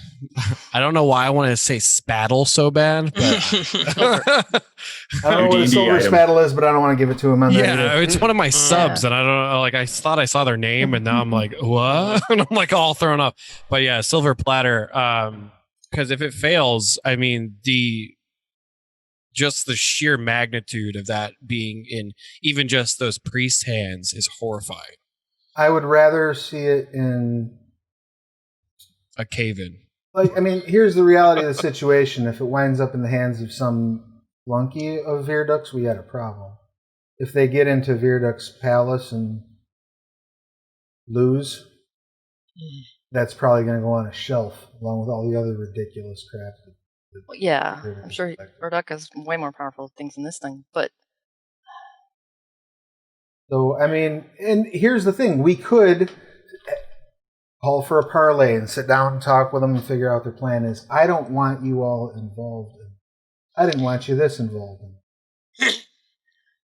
Yeah, but you knew that at least I was gonna be involved in stuff like this, Dad. That's why you've been teaching me. Well, sure, right. Stuff like this. And you know that I would be more than willing to go to the capital to figure out what the hell's going on with my past. I don't doubt that any one of you that all of you would lay down your lives if need be for something this big. I just because you're willing to do so doesn't mean that it's plan A. Don't get killed just because you know how. what about just supporting the Sakisian independence rather than trying to take out the Emperor himself? Just our country's independence. Well, there's some talk about that amongst the group I know too, but Someone's here's the gotta thing. Take out the Emperor. What's that? Someone's got to take out the Emperor. Yeah, but the Emperor's just gonna be replaced by somebody else, right? Sure, but What's that saying when the fish is rotting? Something about cutting off its head. I don't know how the saying goes. Does he have an heir? Wouldn't the heir he just does take not him? have an heir. Oh, that's stupid. Isn't he like 150 or something? Yeah, it's a topic of much hand wringing and consternation in the capital. He's been trying to have an heir for a long time, no success. Somebody would feel like just like the queen or somebody would just step in, right? If he died. Sure. So I'm just saying killing him wouldn't even solve anything because she'd just step in and just be just as bad. She might be worse, or she might be better. We don't know. We can't. Listen, I've tried to teach you all enough to keep you alive and safe in this world. The one thing that maybe I have not hammered into you enough is that you can't know. You can guess. You can make an educated hope. You can try to plan for things, but you don't know what's going to happen. You do your best to make things the best you can be. And sometimes that pays off, and sometimes there's unintended consequences. But if you sit around and I'd do rather nothing, try than do nothing and then sit around, do regret nothing. Shit like what's happened to that poor couple in that house is going to just keep happening. Yep. So I would rather try than not do anything. As much as you think, Dad, that we're not capable, if it wasn't for us, you would still be in the bedroom chained up. I don't have any doubt about your capability, son. Zopa, you have the thing. I'm so worried about that smile every time. What are you thinking? I've voiced my opinion. Dad doesn't want me to be involved, but that's why I wanted us to have a family meeting. Well, I vote we're involved. We're involved. yeah.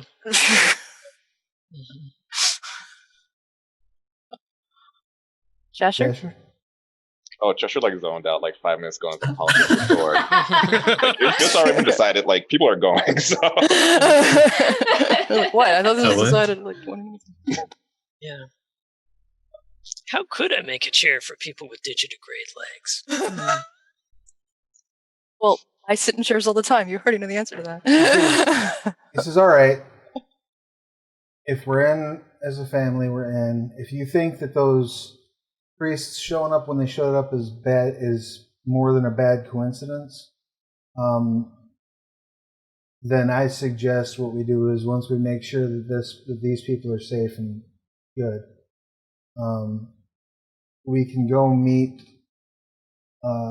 Oberyn and her people at their camp. It's not going to be an easy trip.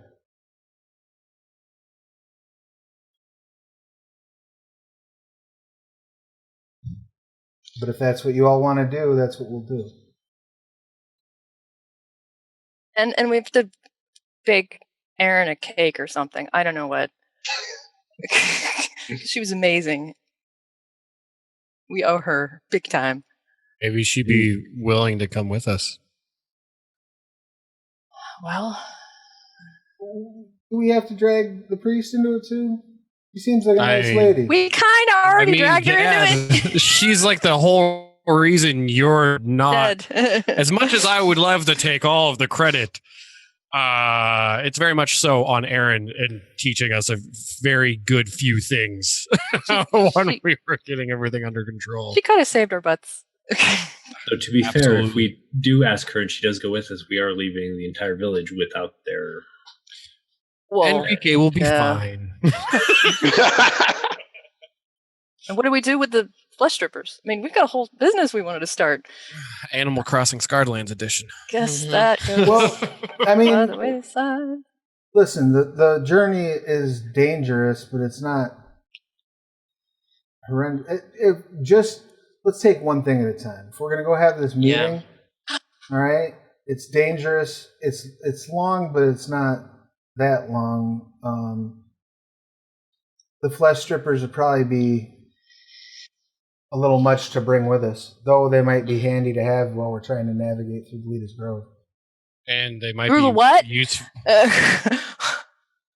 They might be useful to the people we're taking them to as well. Rewind. Navigate through Galeeta's Grove? Did you say that? Yeah, Oberyn's camp is 30 miles past the tree line. Okay. Right. We'll be fine. Does Korggix know what that is? Yeah, because it's relatively close to where you all live. It's basically a forest that's just overrun with Titan spawn. Nobody goes in there. Generally speaking, like the Calastian military keeps border patrols around it and just tends to kill shit that gets too close to the edge. But nobody has gone inside of it. Yeah. Except Nobody's allowed to apparently by Galeeta. order of the queen. Yeah. I guess the queen goes in there or something. The common wisdom is that she's never visited it. Oh, okay. It's her grove. I don't know. That doesn't mean that it's accurate. It's not a grove either. No, it is not a grove. It was given to her by Verdict as a wedding present, but according to, as far as anyone knows, she's never actually been there.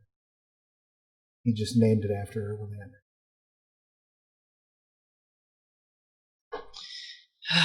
Royalty. So if you want to try to sneak in there, we can take the flesh strippers with us. You can work on training them up on the road, and if anything ugly jumps at us, we can throw flesh strippers at it and run. Yeah. As long as they don't like Chaz or Cheshire still. I am quite tasty. Yeah, they've already had a few chunks off of them in the first place. I don't know. Millie and I are trying to train them. I'm looking at Millie and Triss. I'm like, I don't really know how well. You can clicker train anything.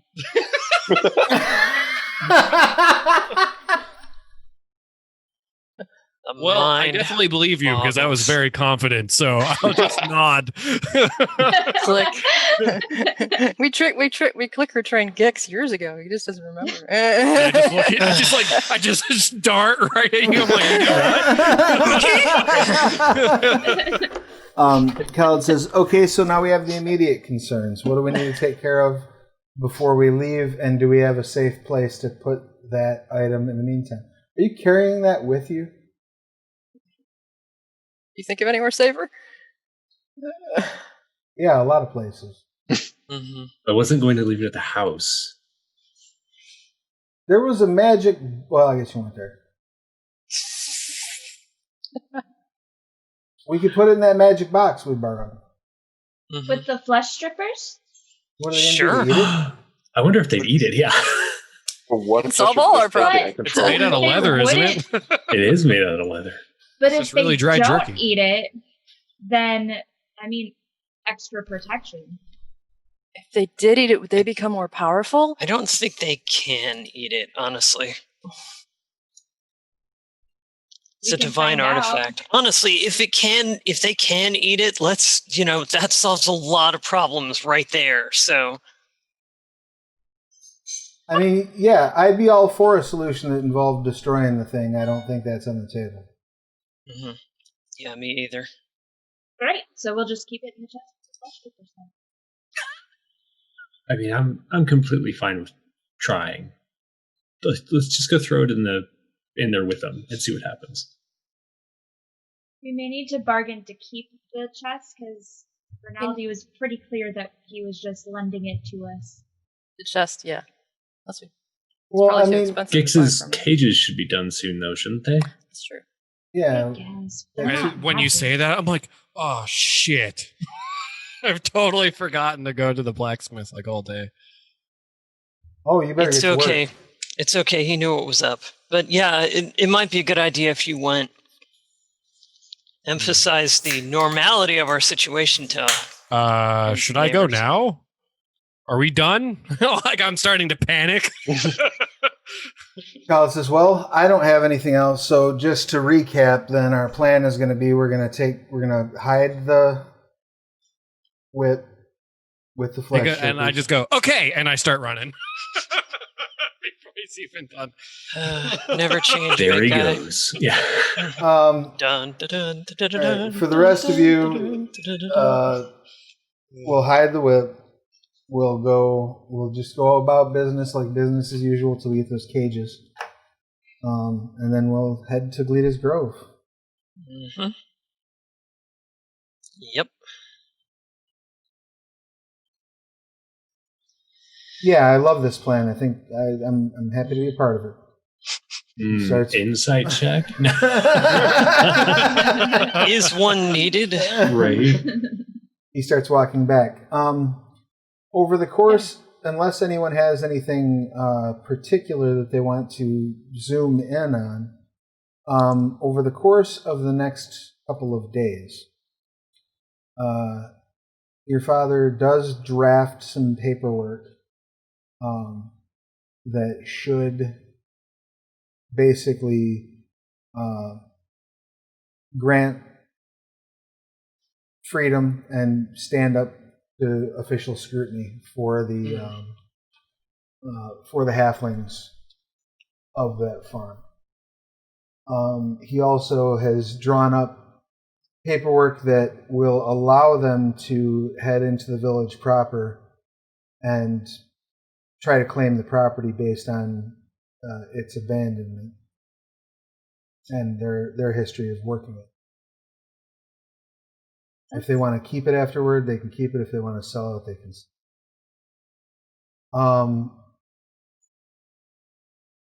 By the time you arrive back at the village, or back at your part of the village, the Charduni priests have apparently left.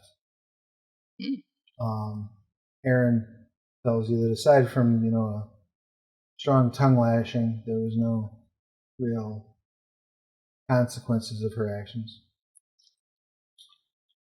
And Thank you. so she'll do everything in her power to fast track some of this paperwork stuff with the temple.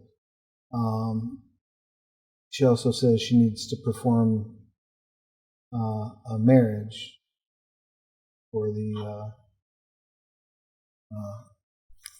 halfling woman and her orc. Oh. Once you start telling her about what happened, she admits that she was planning on meeting with them to do the ceremony. She didn't know that that Marsha was with child either. She says, but there's no reason to change that plan. No. And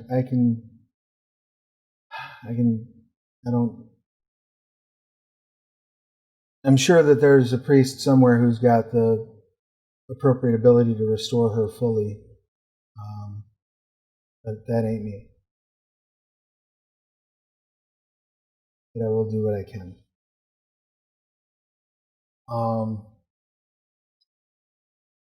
In terms of assembling the cages, that goes off pretty much without a hitch. Is there anything that you would like to do during those 2 days of downtime?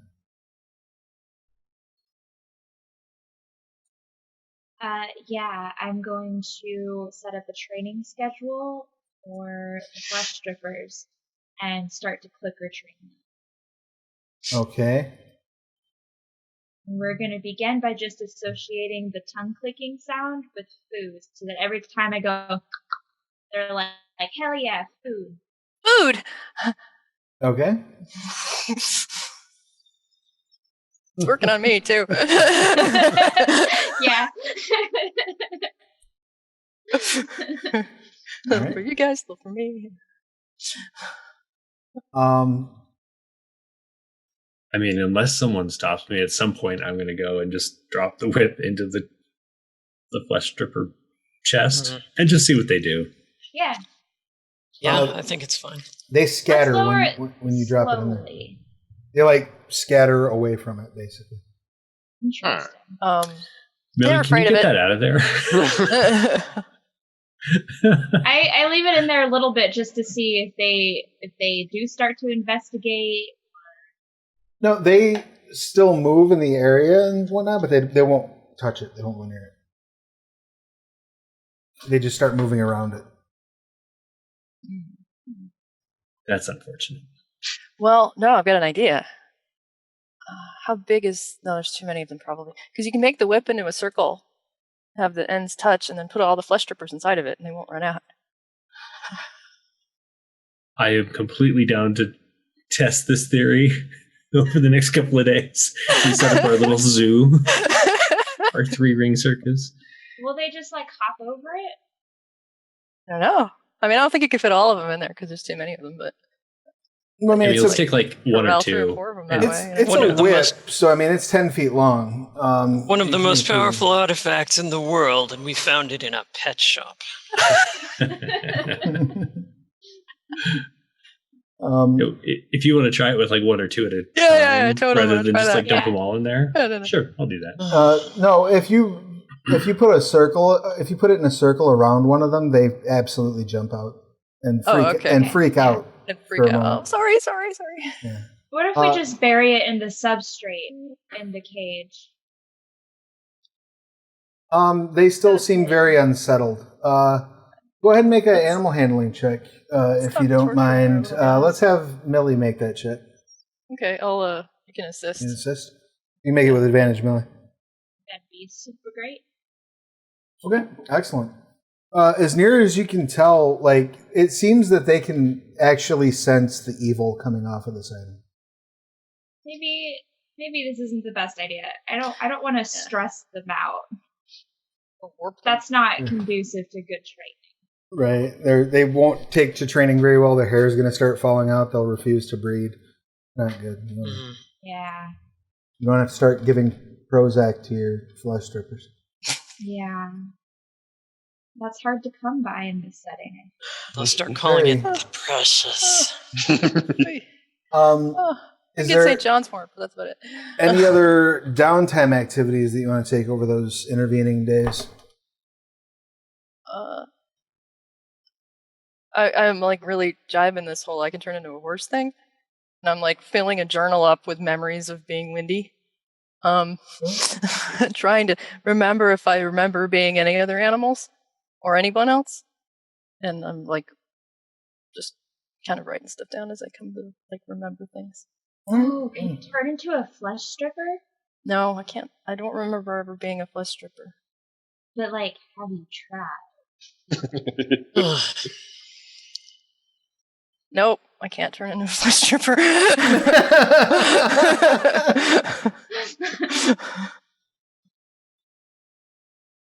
I think I can only turn into things that I used to be.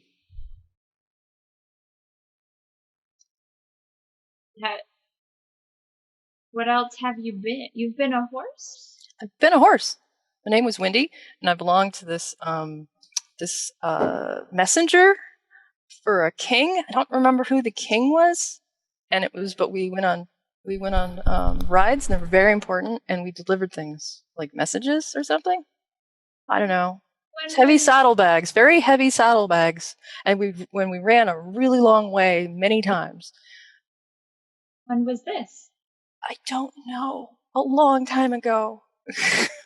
Oh. It was a horse. Horses' memories aren't that great.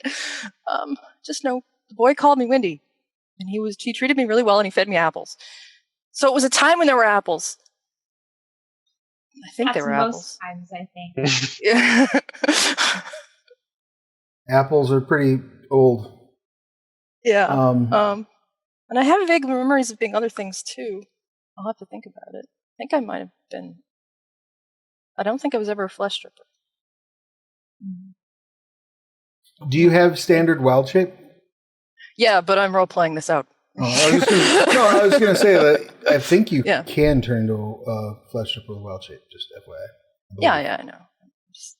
But statistically, odds are having been a flesh stripper in a former life would be like very, very remote. Well, that'd be weird.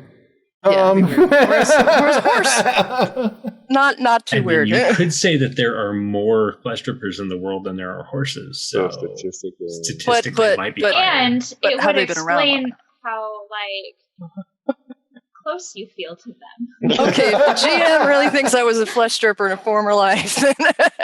No, I would just say that once you start to figure out your normal wild shapey sort of things, you could assume their shape normally, as long as they're just a beast. Because I think their CR is within range for you. Yeah. I actually, honestly, think the CR is too high. But right now, I don't know what the CR of this flesh stripper is. 1/2. Then it is too high.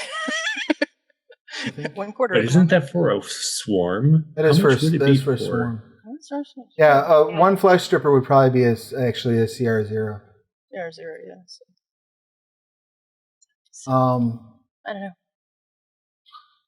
So yeah, but having said all that interesting system stuff, are any of you going to Korggix, you're going to continue going to work during this time until the cages are built, correct? Absolutely. Okay. As you're leaving from work that first day, you are stopped on the side of the road by the orc gentleman. He kind of steps. I still don't know his name. Steps out from the farm as you're passing, and he says, "You're Korggix, yes?" Usually. I wish to thank you. For what? Everything you've done. I didn't do anything. Your intervention helped my betrothed, and that means everything to me. If there's anything I can do to repay your kindness, let me know. I am Gugong, by the way. He extends a hand. Drugong? Gugong. Gugong, okay. I extend a hand as well. Not entirely sure what's happening. As I am entirely convinced I didn't do anything. Grabs your forearm super hard, gives you like a Conan handshake, you know. And says, we will be wed tomorrow at sunrise. You are welcome and your family to join us in our celebration. I just nod and say congratulations, but truly, everything was already done before I got there. I just made sure more didn't happen after the fact, and honestly, I wasn't needed. The farmer that is you're lucky enough to be the neighbor was, I'm sure, more than sufficient. Yes, I will. One day I will find a way to repay his generosity.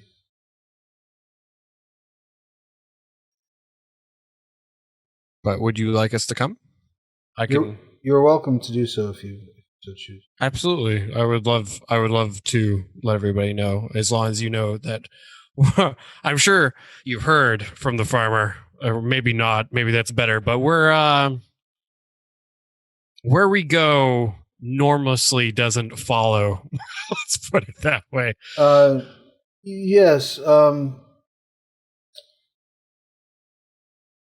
My second has spoken of you a bit.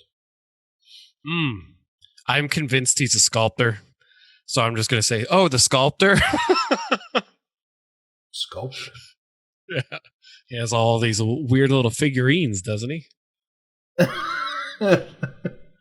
I am convinced that the way his attitude is as Korggix, that he is like a fledgling artist stuck in the countryside out here. He says, so I've Korggix has entirely made a narrative of him, even though he's never really talked to him in any way. He says, Enrique does have a collection of figurines, one could say, yes. He struck me as the type. I don't believe he sculpted them. So I don't know them that well. What did they have to say about us? I don't understand. They seem to like you quite a bit. So you're good neighbors. That's surprising. I only know what I'm told. But we will see you in the first light of the morning. Sure. I'll let everybody know. Travel safely. He turns and walks back into the farm.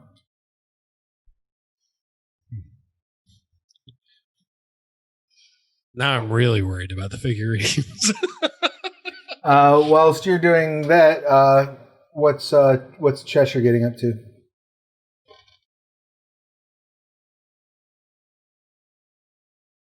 I think I'm muted. I also think You're not Cheshire's muted going now? to spend the 2 days training, and then will make himself available for clicker training. He will not be happy, but he will do it. Okay, so you're helping out a little bit with that. All right. Is there anything in particular that Jedryn is doing during that time? Practicing even harder. Yeah. Yeah, probably that, and looking really innocent most of the time. That's fair. I mean, that is a life skill, so. And anything for Zopa?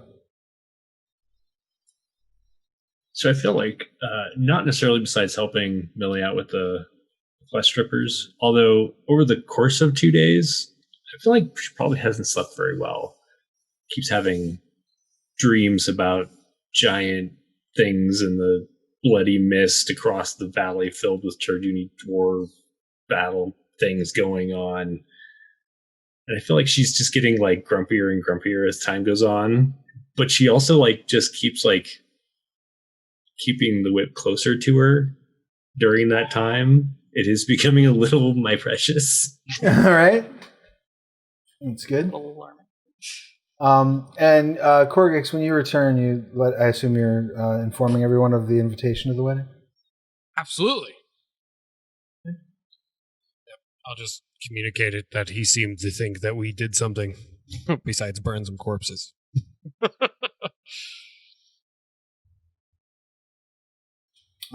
Is anyone going to attend that particular ceremony? Yeah. Yeah, actually. I could use a little bit of good cheer. And same here. You certainly find it in abundance there. You arrive just... Oh, go ahead. I'll make some flowers grow during the thing. Oh. Yeah, when you arrive, probably 20 minutes, half hour before sunrise, at this point your father has the papers together to present to the halflings, but also they've got the field outside the farm decorated. There's various sort of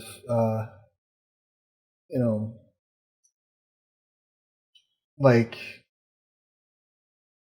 basically like makeshift scarecrows that are dolls made out of hay that are supposed to represent the family, and they Erin probably meets you on the way there, and she's like carrying a large sack filled with supplies. Once you get out there, she starts setting up various ritual implements and cleaning the space and saying prayers and doing a very elaborate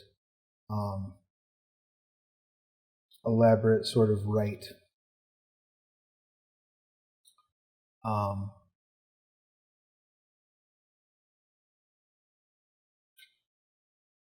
Who all is proficient with Arcana?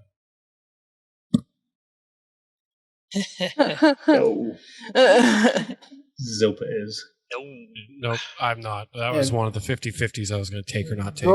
Go ahead and make a Arcana check, Zopa. Oh, wait, I am. I'm sorry, I'm an idiot. Sorcerer, right? Kind of.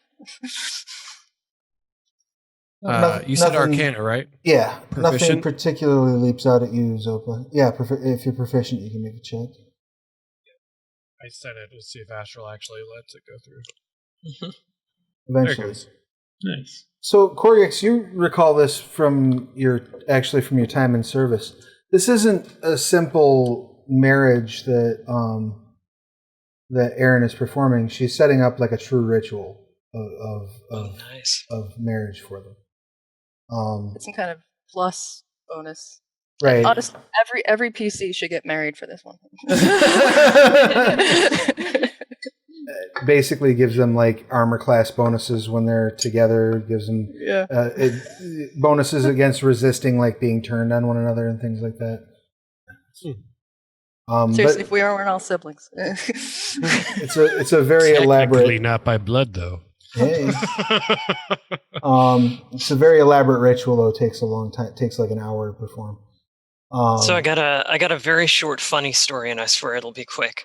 When I transitioned, it was before gay marriage was legal, and Sarah and I were already married, and a friend of ours was talking to a lawyer friend of theirs, who was like, "Wait, so they're basically getting gay married?" Well, yeah, kind of effectively. I mean, they already were. God, that's so neat. Everybody should do that.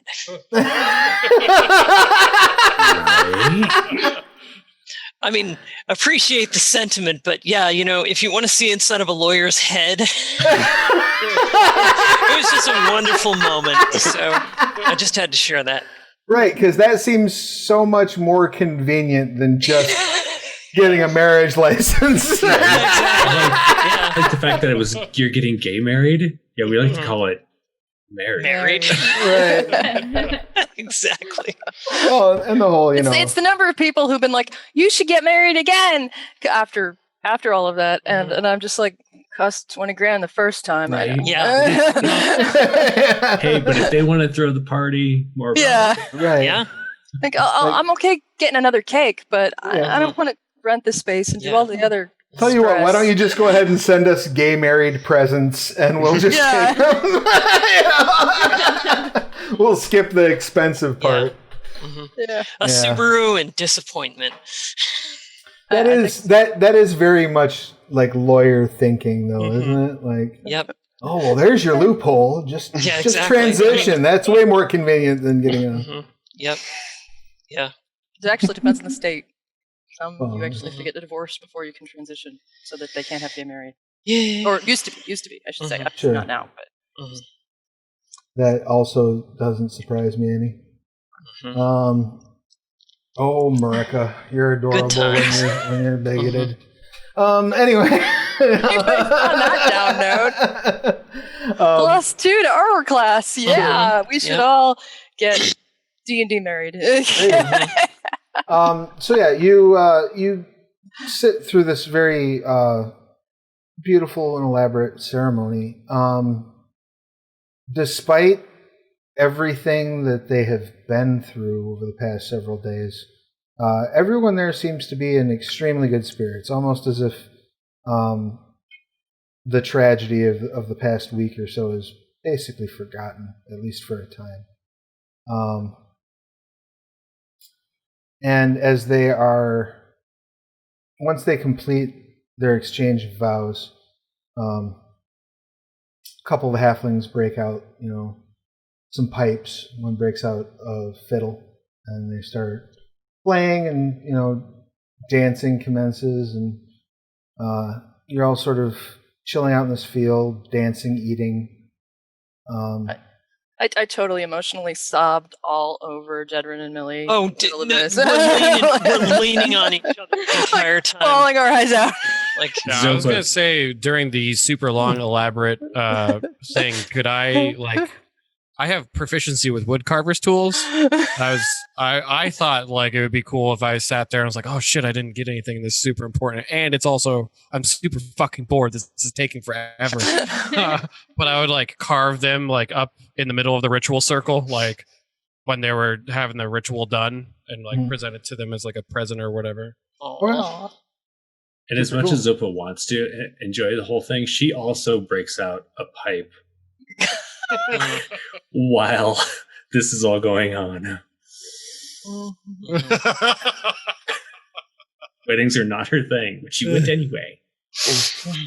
And as you're all sort of relaxing and chilling, let's get a perception check from everyone who is present, please. So to be fair, Travis, I'm going to do mine as the 7 instead of the 17.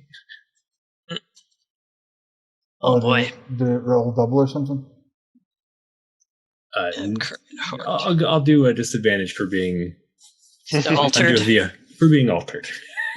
Okay. Oh, because you're smoking like that Jelka weed. Right.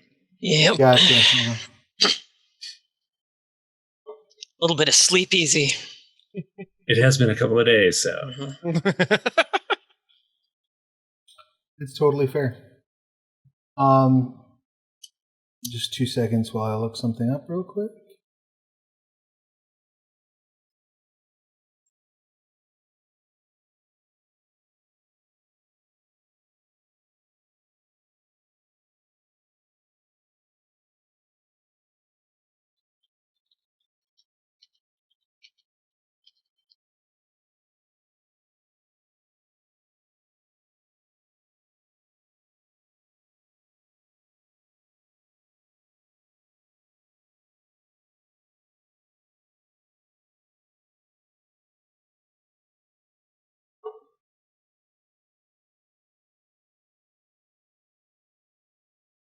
Sorry, I'm digging for a thing that I thought I had faster access to. But it seems that... Oh. The best perception roll is this. Yes. Wow. I hit a 12 as well, so. Yeah. So okay. So a pair of 12s. All right.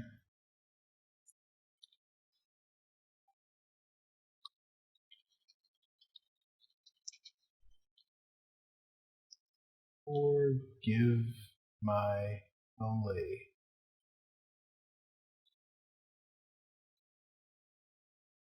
In other news, it's raining and I'm being slowly driven insane by hearing the drops of water in the bucket above my head.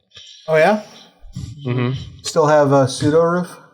Yes, I have 2 buckets in my roof now, and the fan that they installed in May to make sure that there was no humidity. Guess what stopped working? What? Yeah, who would have thought everything that contractor did was literally worthless? Oh, that's a Don't shame. worry, it took him 2 months to come out and go, "Yep, it's broke," and then that's it. I'm just melting because it's in the mid 80s right now in this tiny little office that I'm in. That's why I'm so excited to be moving on the 18th, but also not excited because internet. So And moving is a pain. You have a fan and you have access to Windows. This is entirely your own fault. She's talking about me. None of you have noticed this. The arrival of a new patron at the party. Until you feel a tap on your shoulder. Zopa. Oh shit. What? And you turn and you see a human woman. You've met her once or twice before at chapter houses during the training. Her name is Amelia. She's wearing black leather armor, black cloak, black boots. She says, "You were hard to find, sister." I assume she outranks me. Yes. Okay, just making sure before I make any decisions. I look at the pipe in my hand and offer her some. Never when I'm working. Your missive. It's You're right. You're right. You're not working. You're at a wedding. It's fine. Your missive was alarming. Well, which was that?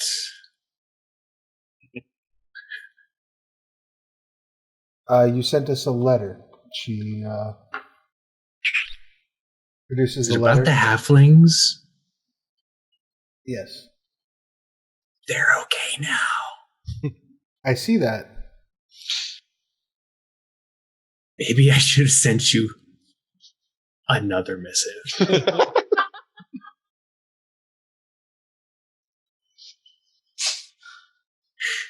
Oh, hey, we were busy. You forgot. But now, are you technically still on duty then?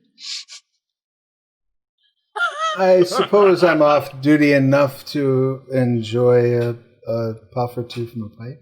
Some lovely music. Is everything else well? Have you come across any other difficulties here? No other difficulties. Why don't you go ahead and make a deception check, please?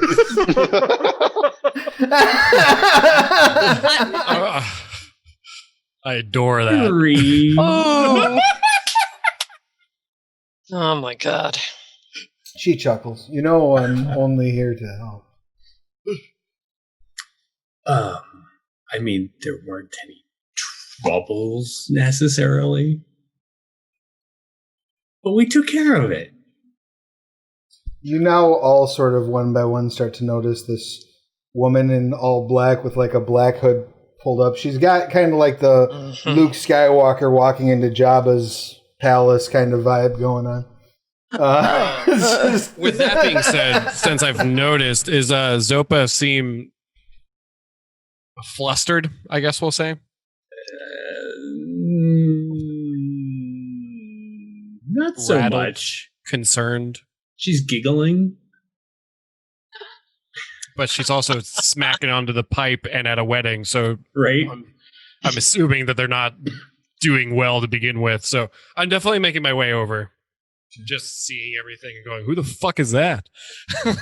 But at this point, she might be explaining the thing about the fire zombies and how, like, she's pretty sure one of them now serves her, but it won't come out of its damn hole to do what she wants it to. Are you mentioning the artifact, or are you just? No, she hasn't got that far yet. Are you mentioning the subterranean dungeon in your dad's? Oh, okay. At this point, it's like She says, "So is it cleared? Is it cleared?" As Gix kind of walks up.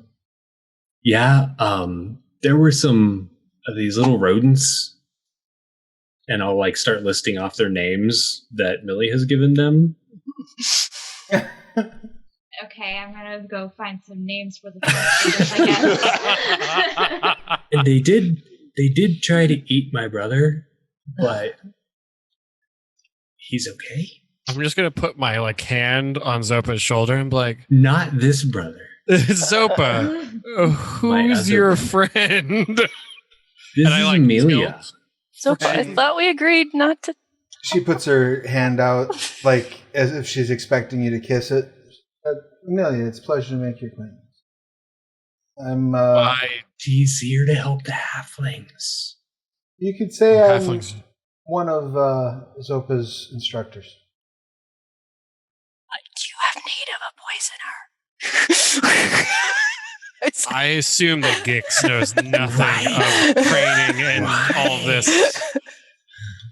We're gonna start milking the rodents for their poison. Well, it's just for their saliva, which is an anesthetic. But I have ideas. You know, we could fetch a hefty chunk of change for. That's what I was saying. I'm just getting increasingly confused as I stand here. We've got 14 flesh strippers. She says, and this subterranean area that's cleared out. Not a problem Right. anymore. Don't worry about it. Are there other entrances, or is it just the one? Nope, you we're have? all good. Just little tiny holes the flesh strippers came into. That's all. We're good. So all- I'm guessing with the 3 right about now is when I notice my Yeah, you can all, sibling. you all sort of start to see this like crowd gathering. She says, because we should discuss some opportunities that might present in terms of moving and warehousing goods.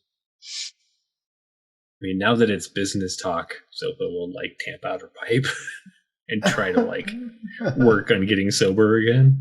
She says, "Oh no, not now. Let's finish the day out, and then maybe first thing in the morning we'll have a chat."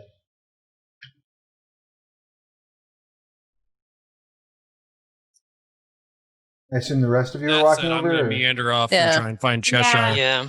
I would get just close enough to where I can eavesdrop, but not close enough where I'm expected to join the conversation. I'm definitely kind of sweeping in and going, it's a wedding, guys. But Could it's we also a business opportunity. Yes, forgive me. I did not mean to interrupt the mirth. I did come here to help. She got my missive. I'm 17. I getting kicked out of my house. I need a job. I thought this was an option. Oh, and the halflings need jobs. Like, we were gonna make them part of like. You're gonna enlist the halfling farmers into your. We can like sneak slaves around with the farm. You know. you Let's talk about this later, not in the middle of a wedding. Wedding part's Actually, if over. what if one of those priests are here? She chuckles a bit and says, "I tell you what, enjoy the rest of the party, and we'll talk tomorrow." And she puts a hand on your shoulder and says, "Just don't get too far out of hand, sister," and casts a spell on you that removes the toxins from your system. Quicksilver! Woo! Tell me it's Quicksilver. We need it officially add Wink. Quicksilver back. And she turns and says, "I'll be by your hut tomorrow." I'm sure you will. What did I say? She a bard? Oh, sister. Were you You gonna said say so something many as- things. She was walking away, Millie. Yeah, quick question, since I'm naming rats right now. What's our ratio of males to females? You have about a 50-50 split. Just give them all non-gender specific names, like I'm No. giving most of Charlie them and Avery. non-gender specific names, but there's a couple that I'm just like, well, you're definitely a Bernard. That's fair. And on that note, that's where we will wrap things up for this week. So next session, Nice. you will have a meeting with Zopa's business associate who is coming to town, and then potentially be heading into Lita's Grove. So that sounds like it'll be fun, right? Great. Any What could go questions, comments, complaints, or concerns about today's session? You guys made my Well, character too complicated. The red-eyed wedding. Yes, the red-eyed wedding. Right. All right. Well, yeah. So let's go ahead and do our shout outs and whatnot. Our pertinence. Let's start with Cheshire. Go ahead and give us your pertinence, please. Hi, so I am Chaz, he, him. Cheshire is also he, him. He is the spellcasting fighter who has never actually cast a spell in his life, and who is dancing up a storm at this wedding and eating far too much cake. And is, I would assume, a bit of a hit with the with some of the younger and more single of the halfling ladies. I think so. Yeah. Yeah. Yeah. So you're probably getting chatted up by 3 or 4 of the young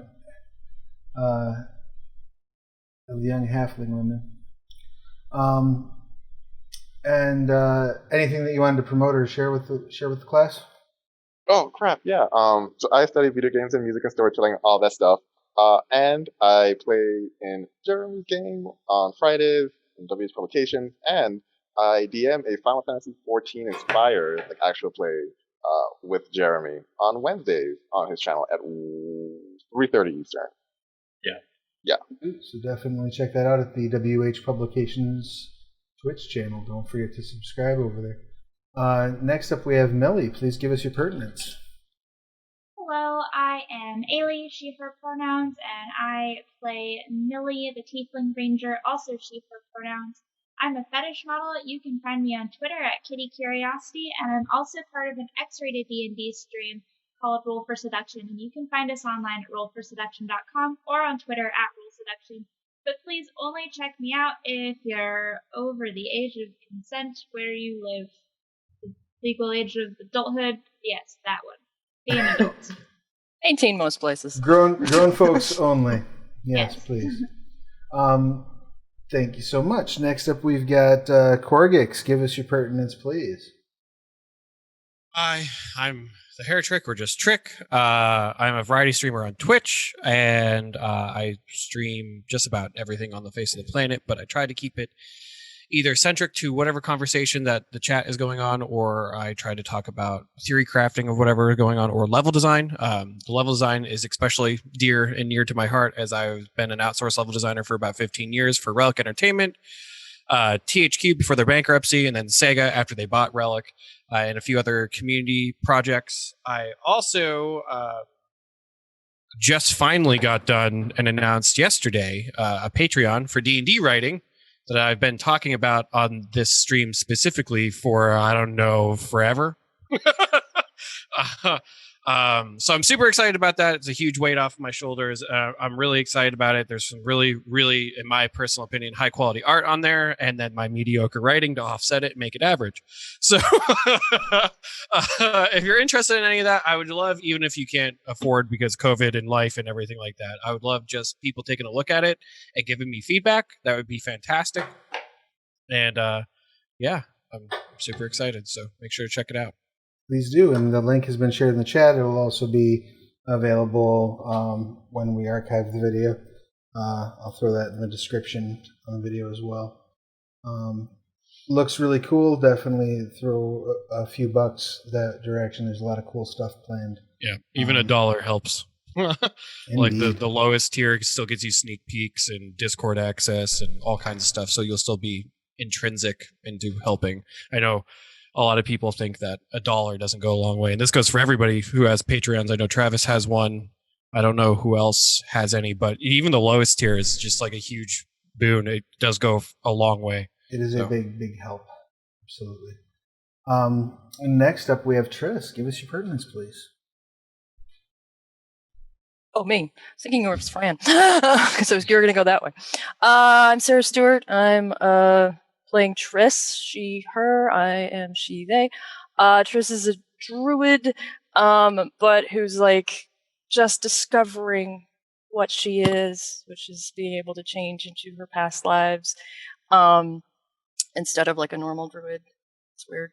But also she's like trying to find a job as she's leaving home. She's like, will I start a thing with this sister? Will I start a thing with that sister? So, and she's kind of hedging all her bets, which is probably a stupid thing to do, but she's 17, so she's, there you go. Stupid? Is that the word you're looking for? She's 17. That's what they do. That's what, not that I remember any of that shit, but anyway. I'm also the author of Vigilant, book 1 of Through Shadows and Dreams, a Scarlands novel. Working on the sequel someday, and along with Fran, and I have a bunch of titles on Drive-Thru RPG relating to the Scarlands. You can also find me with Jeremy on Fridays, doing The Lore You Know, where we babble about the Scarlands for a couple of hours every Friday. Currently, we're talking about the Asathi, the snake folk. So check that out. S folk. Sweet. That's probably it. I know I'm forgetting something, but whatever. That's all right. We'll catch him next time. Next up, we've got Zopa. Give us your pertinence, please. I am Jeremy Hochhalter, playing Zopa, who is both a little put out that she just got rapidly sobered up from her very comfortable high, but is also very concerned of what she just said. So we'll see how that plays out next week. Yeah, I can be found on Twitter at WHPubs, here on Twitch at WH Publications, and over on Facebook at WH Publications. Chaz and Sarah kind of said all the other stuff, I think.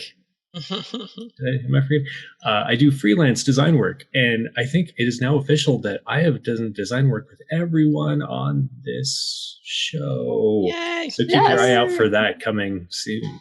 That is true, yes. Definitely keep your eyes peeled. I will go into that in a little bit more detail, though not much, momentarily. But before I do, Jedryn, give us your pertinence, please.